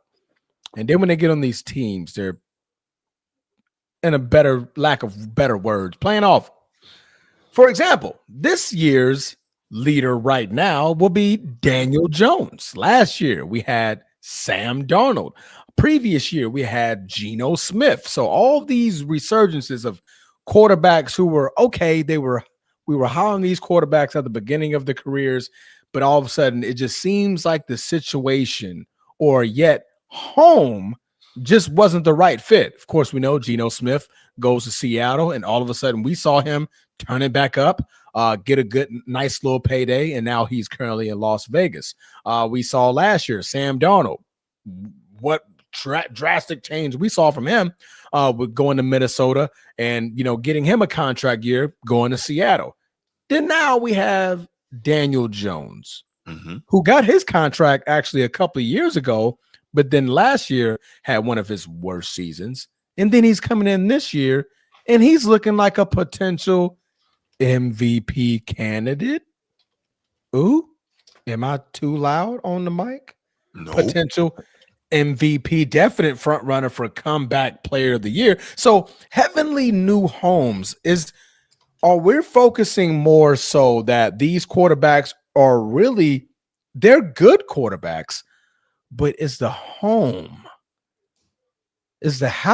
not a home? How about that? Yeah, you like that one? Is the house that they're at not quite a home, and then they're finding their home with the very next team that believes in them, man. What are you guys' thoughts on the resurgences of quarterbacks such as Daniel Jones? We have a Geno Smith, we have Sam Darnold, and players like that. And to a point, we got Baker Mayfield is actually on that list. Baker Mayfield wasn't to me played great his rookie season, but couldn't really live up to it in the stint in Cleveland. Then he gets cut and goes to Carolina. Then he doesn't make it there. Then he gets to Los Angeles, in which I think that Los Angeles series where he played them 2 games was the reason why Todd Bowles goes and get him, because you start seeing something. Sean McVay could draw up some plays, but Sean McVay already got his quarterback. So he's going to let Baker Mayfield go. Then he comes into Tampa Bay and he has his resurgence. So you could put Baker Mayfield on that list of resurging quarterbacks. So what are you guys' thought on, are the house is not a home, and are we putting too much challenge and scrutiny on the quarterbacks? We need to be looking a little bit further and looking at the staff and the team. Sneak, go ahead, man. I think there's a couple things at play. Number one, getting a new change of scenery offers a new opportunity. You get to realign your mentality. You come in kind of playing with house money. The expectations are just very different. The team that lets you go had invested in you early, gave you the reins to something that maybe you just weren't ready for, and or possibly the team around you wasn't enough to help you be as good as you could be. So then they go to a new team, and that kind of changes scenery comes into play, and that's part of it. But then also they could be going to a situation that's just straight up better. The players around you might be a little bit more talented. Maybe you had a really solid off season. The vibes, the culture, everything is kind of working at the same time. It could be kind of like the stars aligning. Yeah. Are you talking about like it's like a home versus a house? Yeah. That could be that type of situation. Like Baker, 100%. When he has pieces, he plays well. When he's not hurt, he plays well. Yeah. Daniel Jones, it might be the same situation. I don't know. I'd say that sometimes the flash in the pan guys, like you were naming the guys who had a really good year and then followed up with a stinker, that's more likely what happens, right? Most often. So, I think Baker is kind of that exception to the rule. We can name a couple of guys who got change of scenery, things worked, good coach, team that started to believe in him, put got some weapons around him. Yep. Yeah. Bruce. Yeah, no, I agree with a lot of what you guys said, man. You guys pretty much covered it. And you made a great point, Transformers, that sometimes we got to look past the player and look at the support system, right? Like, as much as we get on Anthony Richardson for being terrible, maybe it just wasn't the right fit for him. Maybe it wasn't the Time right. out. There's exceptions to the rule. That man was terrible at Florida.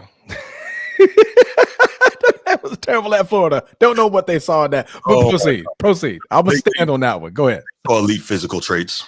Yeah. They saw the cannon arm. They saw the speed at that size, and they saw the size. But oddly enough, with all that size, he's not very durable. But no, that's a whole different thing. Yeah, that's quite awkward too. That is weird, right? But yeah, so I think definitely that scheme, coaching, to Snead's point, that quarterbacks now are, they're kind of what's the word I'm looking for? They're sensitive, right? They need to be loved on and really, made to feel like that organization believes in them, right? But they're also thrown into the fire almost instantly most of the time. That too, yeah. And as we've seen, the Packers got that down pat, right? They'll let you have your time to develop. They have figured that. I don't know why people aren't copying them, but anyway, that's a whole different thing. Even Patrick Mahomes didn't start till game 15 of his rookie year, if I'm not mistaken, end of the season, right? And he learned from Alex Smith, who was a consummate professional and Very not good. a Pro Bowler, right? Yeah. So, Pro Bowler.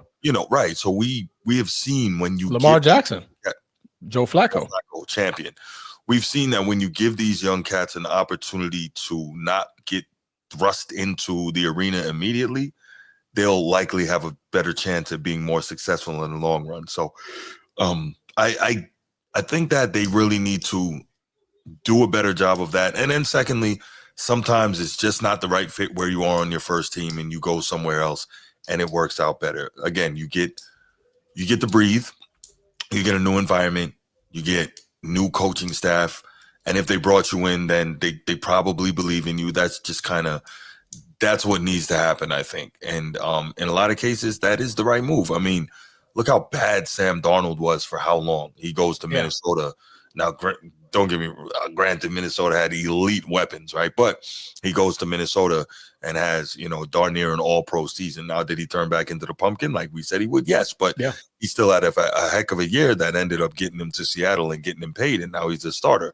And maybe a starter for the rest of his career, right? So that's how you kind of gotta look at it. You mentioned Baker doing his thing in the right spot. So yeah, sometimes it just takes for Baker.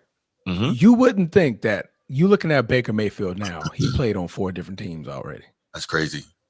You wouldn't think Baker's situation. Baker got screwed. He did get screwed. Like people don't frame it properly sometimes. Like the Browns took a shortcut because he was injured. Yeah. He was too tough for his own good and wouldn't get off the field. Right. Played hurt.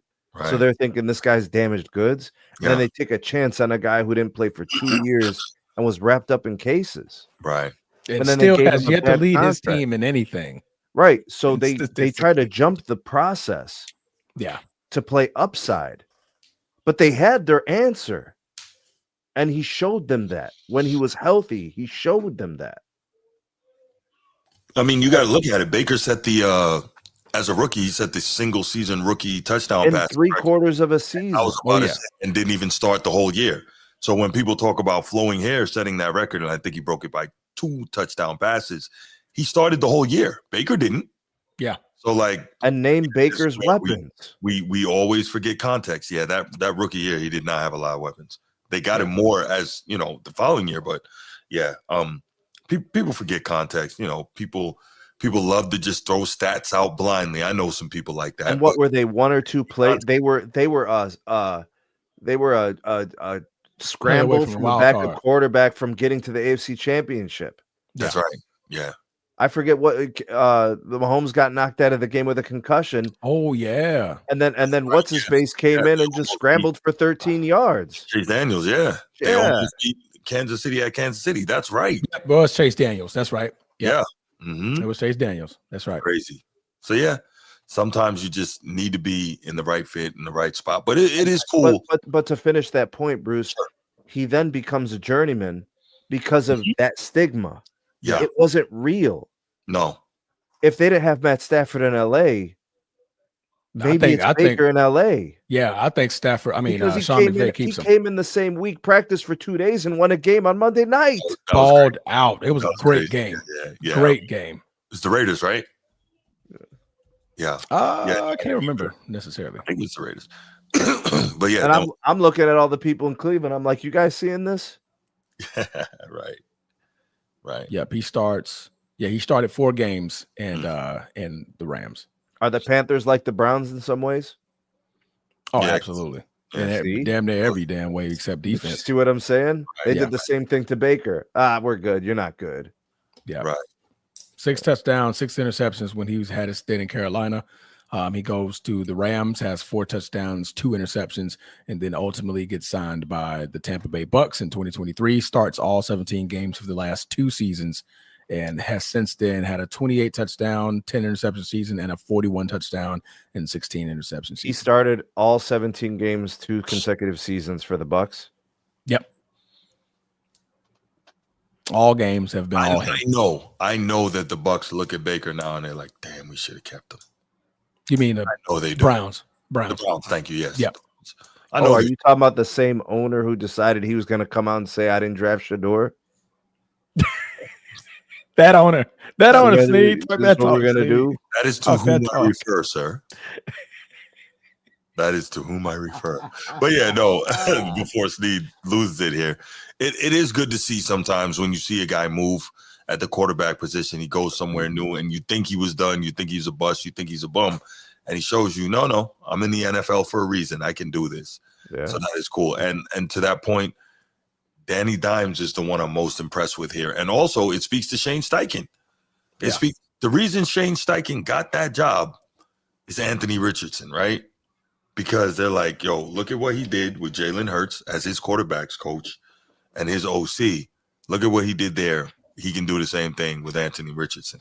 But Anthony Richardson, clearly, he don't have it up here the way Jalen Hurts did. But that's a different thing. Yeah, but again, maybe Anthony Richardson ends up somewhere else and we see a different Anthony Richardson. I don't know.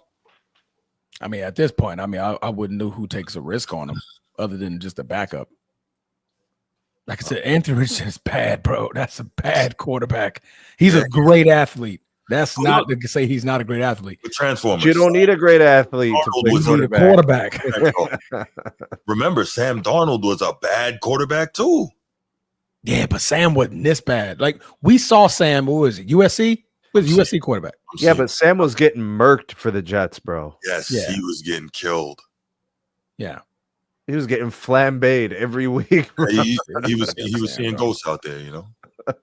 He literally said that. Ghosts sometimes. Kids see him and Eli Manning had a similar situation, man. I thought I saw somebody coming, so I went down. Like, wait, what? Who did you see? Did you open your eyes? Nah, I mean, I remember Tim Couch, bro. Like, we've seen great talent potential get wrecked. Yeah, by getting abused. Yeah. SFO. Absolutely. Who is SFO? SFO. Team is that? Oh, that's San Francisco. Okay. Like, what are you talking about? What's the O for? O? San Francisco. Yeah, but SFO? I thought they would have put like a different letter right there. Okay. It's not just SF. SFO. Yeah, SFO. They put like on the stats, it's SFO. Mm-hmm. I was like, damn, is that a Canadian team or something? Like, did he go to Canada? Because Sam Darnold, he started with the Jets, he went to Carolina, then he went to San Fran, started 1 game, and then he started all 17 games last year in Minnesota, and that's the 35 touchdown, 12 interception season. So, and not until his 1, 2, 3, 4, 5, 6, 7th season, he found a home, and since then has been playing relatively well. This year, 3 starts in 3 games, 4 touchdowns, 2 interceptions, have a 70% completion percentage so far with 663 yards. So looks like he's doing okay in Seattle too. So that change of scenery, man. It does it for him. Right now, he has a higher quarterback rating. Quarterback rating than he did last season. Last season overall, he had a 102.5. Busy last year. Yeah. Right now, he's sitting at a 104.7. Those are his 2 highest passer ratings in his entire career. Mm-hmm. That go say something, man. Them change of sceneries. It's You got to look at these things as blueprints. If you're not ready, you're not ready. Don't throw these kids under the fire if they're not ready. Yeah. Right? If they don't have the necessary weapons in front of them. They're coming into desperate situation. They're like, you starting, kid. Yeah. And then the guarantees don't help it too, because these guys are guaranteed contracts in their first rounds. Yeah. Right. So I get it. If you're the owner, you're like, man, I'm paying this guy guaranteed money and y'all ain't playing him. So I get it. I do get it. But that's just the lack of patience in the NFL and where they've gone, that you lose the confidence of that player if you're throwing him in the fire and you don't even have nothing that's there for him. What am I doing? How am I trying to put him in the best situation to succeed if he don't have a target? Michael Penix, look at him. And the players, he doesn't even have a target. Not going to say no, Transformer. Yeah. They're going to be like, I'll take on the challenge. They're competitors. Yeah. I'm with it. Yeah. Michael Penix right now, he could have a terrible career in Atlanta. And in 3 seasons, he gets cut and he goes to freaking San Francisco and Shanahan makes him look like a freaking Pro Bowler. And they might end up on a team where he becomes a backup forever. Yeah. And not get a chance. They'll say that dude's a backup. Yeah. Note of the day. Word of the point of the day. Quarterbacks keep playing. Eventually, somebody going to get hurt. Yeah. And eventually, you're going to get a chance to start again. And boom, you can have a Sam Darnold, Daniel Jones, type of season to where you really get to showcase your talent on good teams, man. So keep it going, man. Keep it up. Sam Darnold never had a winning season his entire career until he went to Minnesota. He did have a 4-2 start in Carolina, but he didn't start the whole season. Yeah, I remember that. And they're like, oh, yo, Sam Darnold is back. There's a reason why this dude was drafted so high, blah, blah, blah. Remember, Sam Darnold was the Baker Mayfield draft. Was it in 18? Yeah. I thought Baker was 19. It was the same year. Oh, was it 18? Okay. Yeah. Mm-hmm.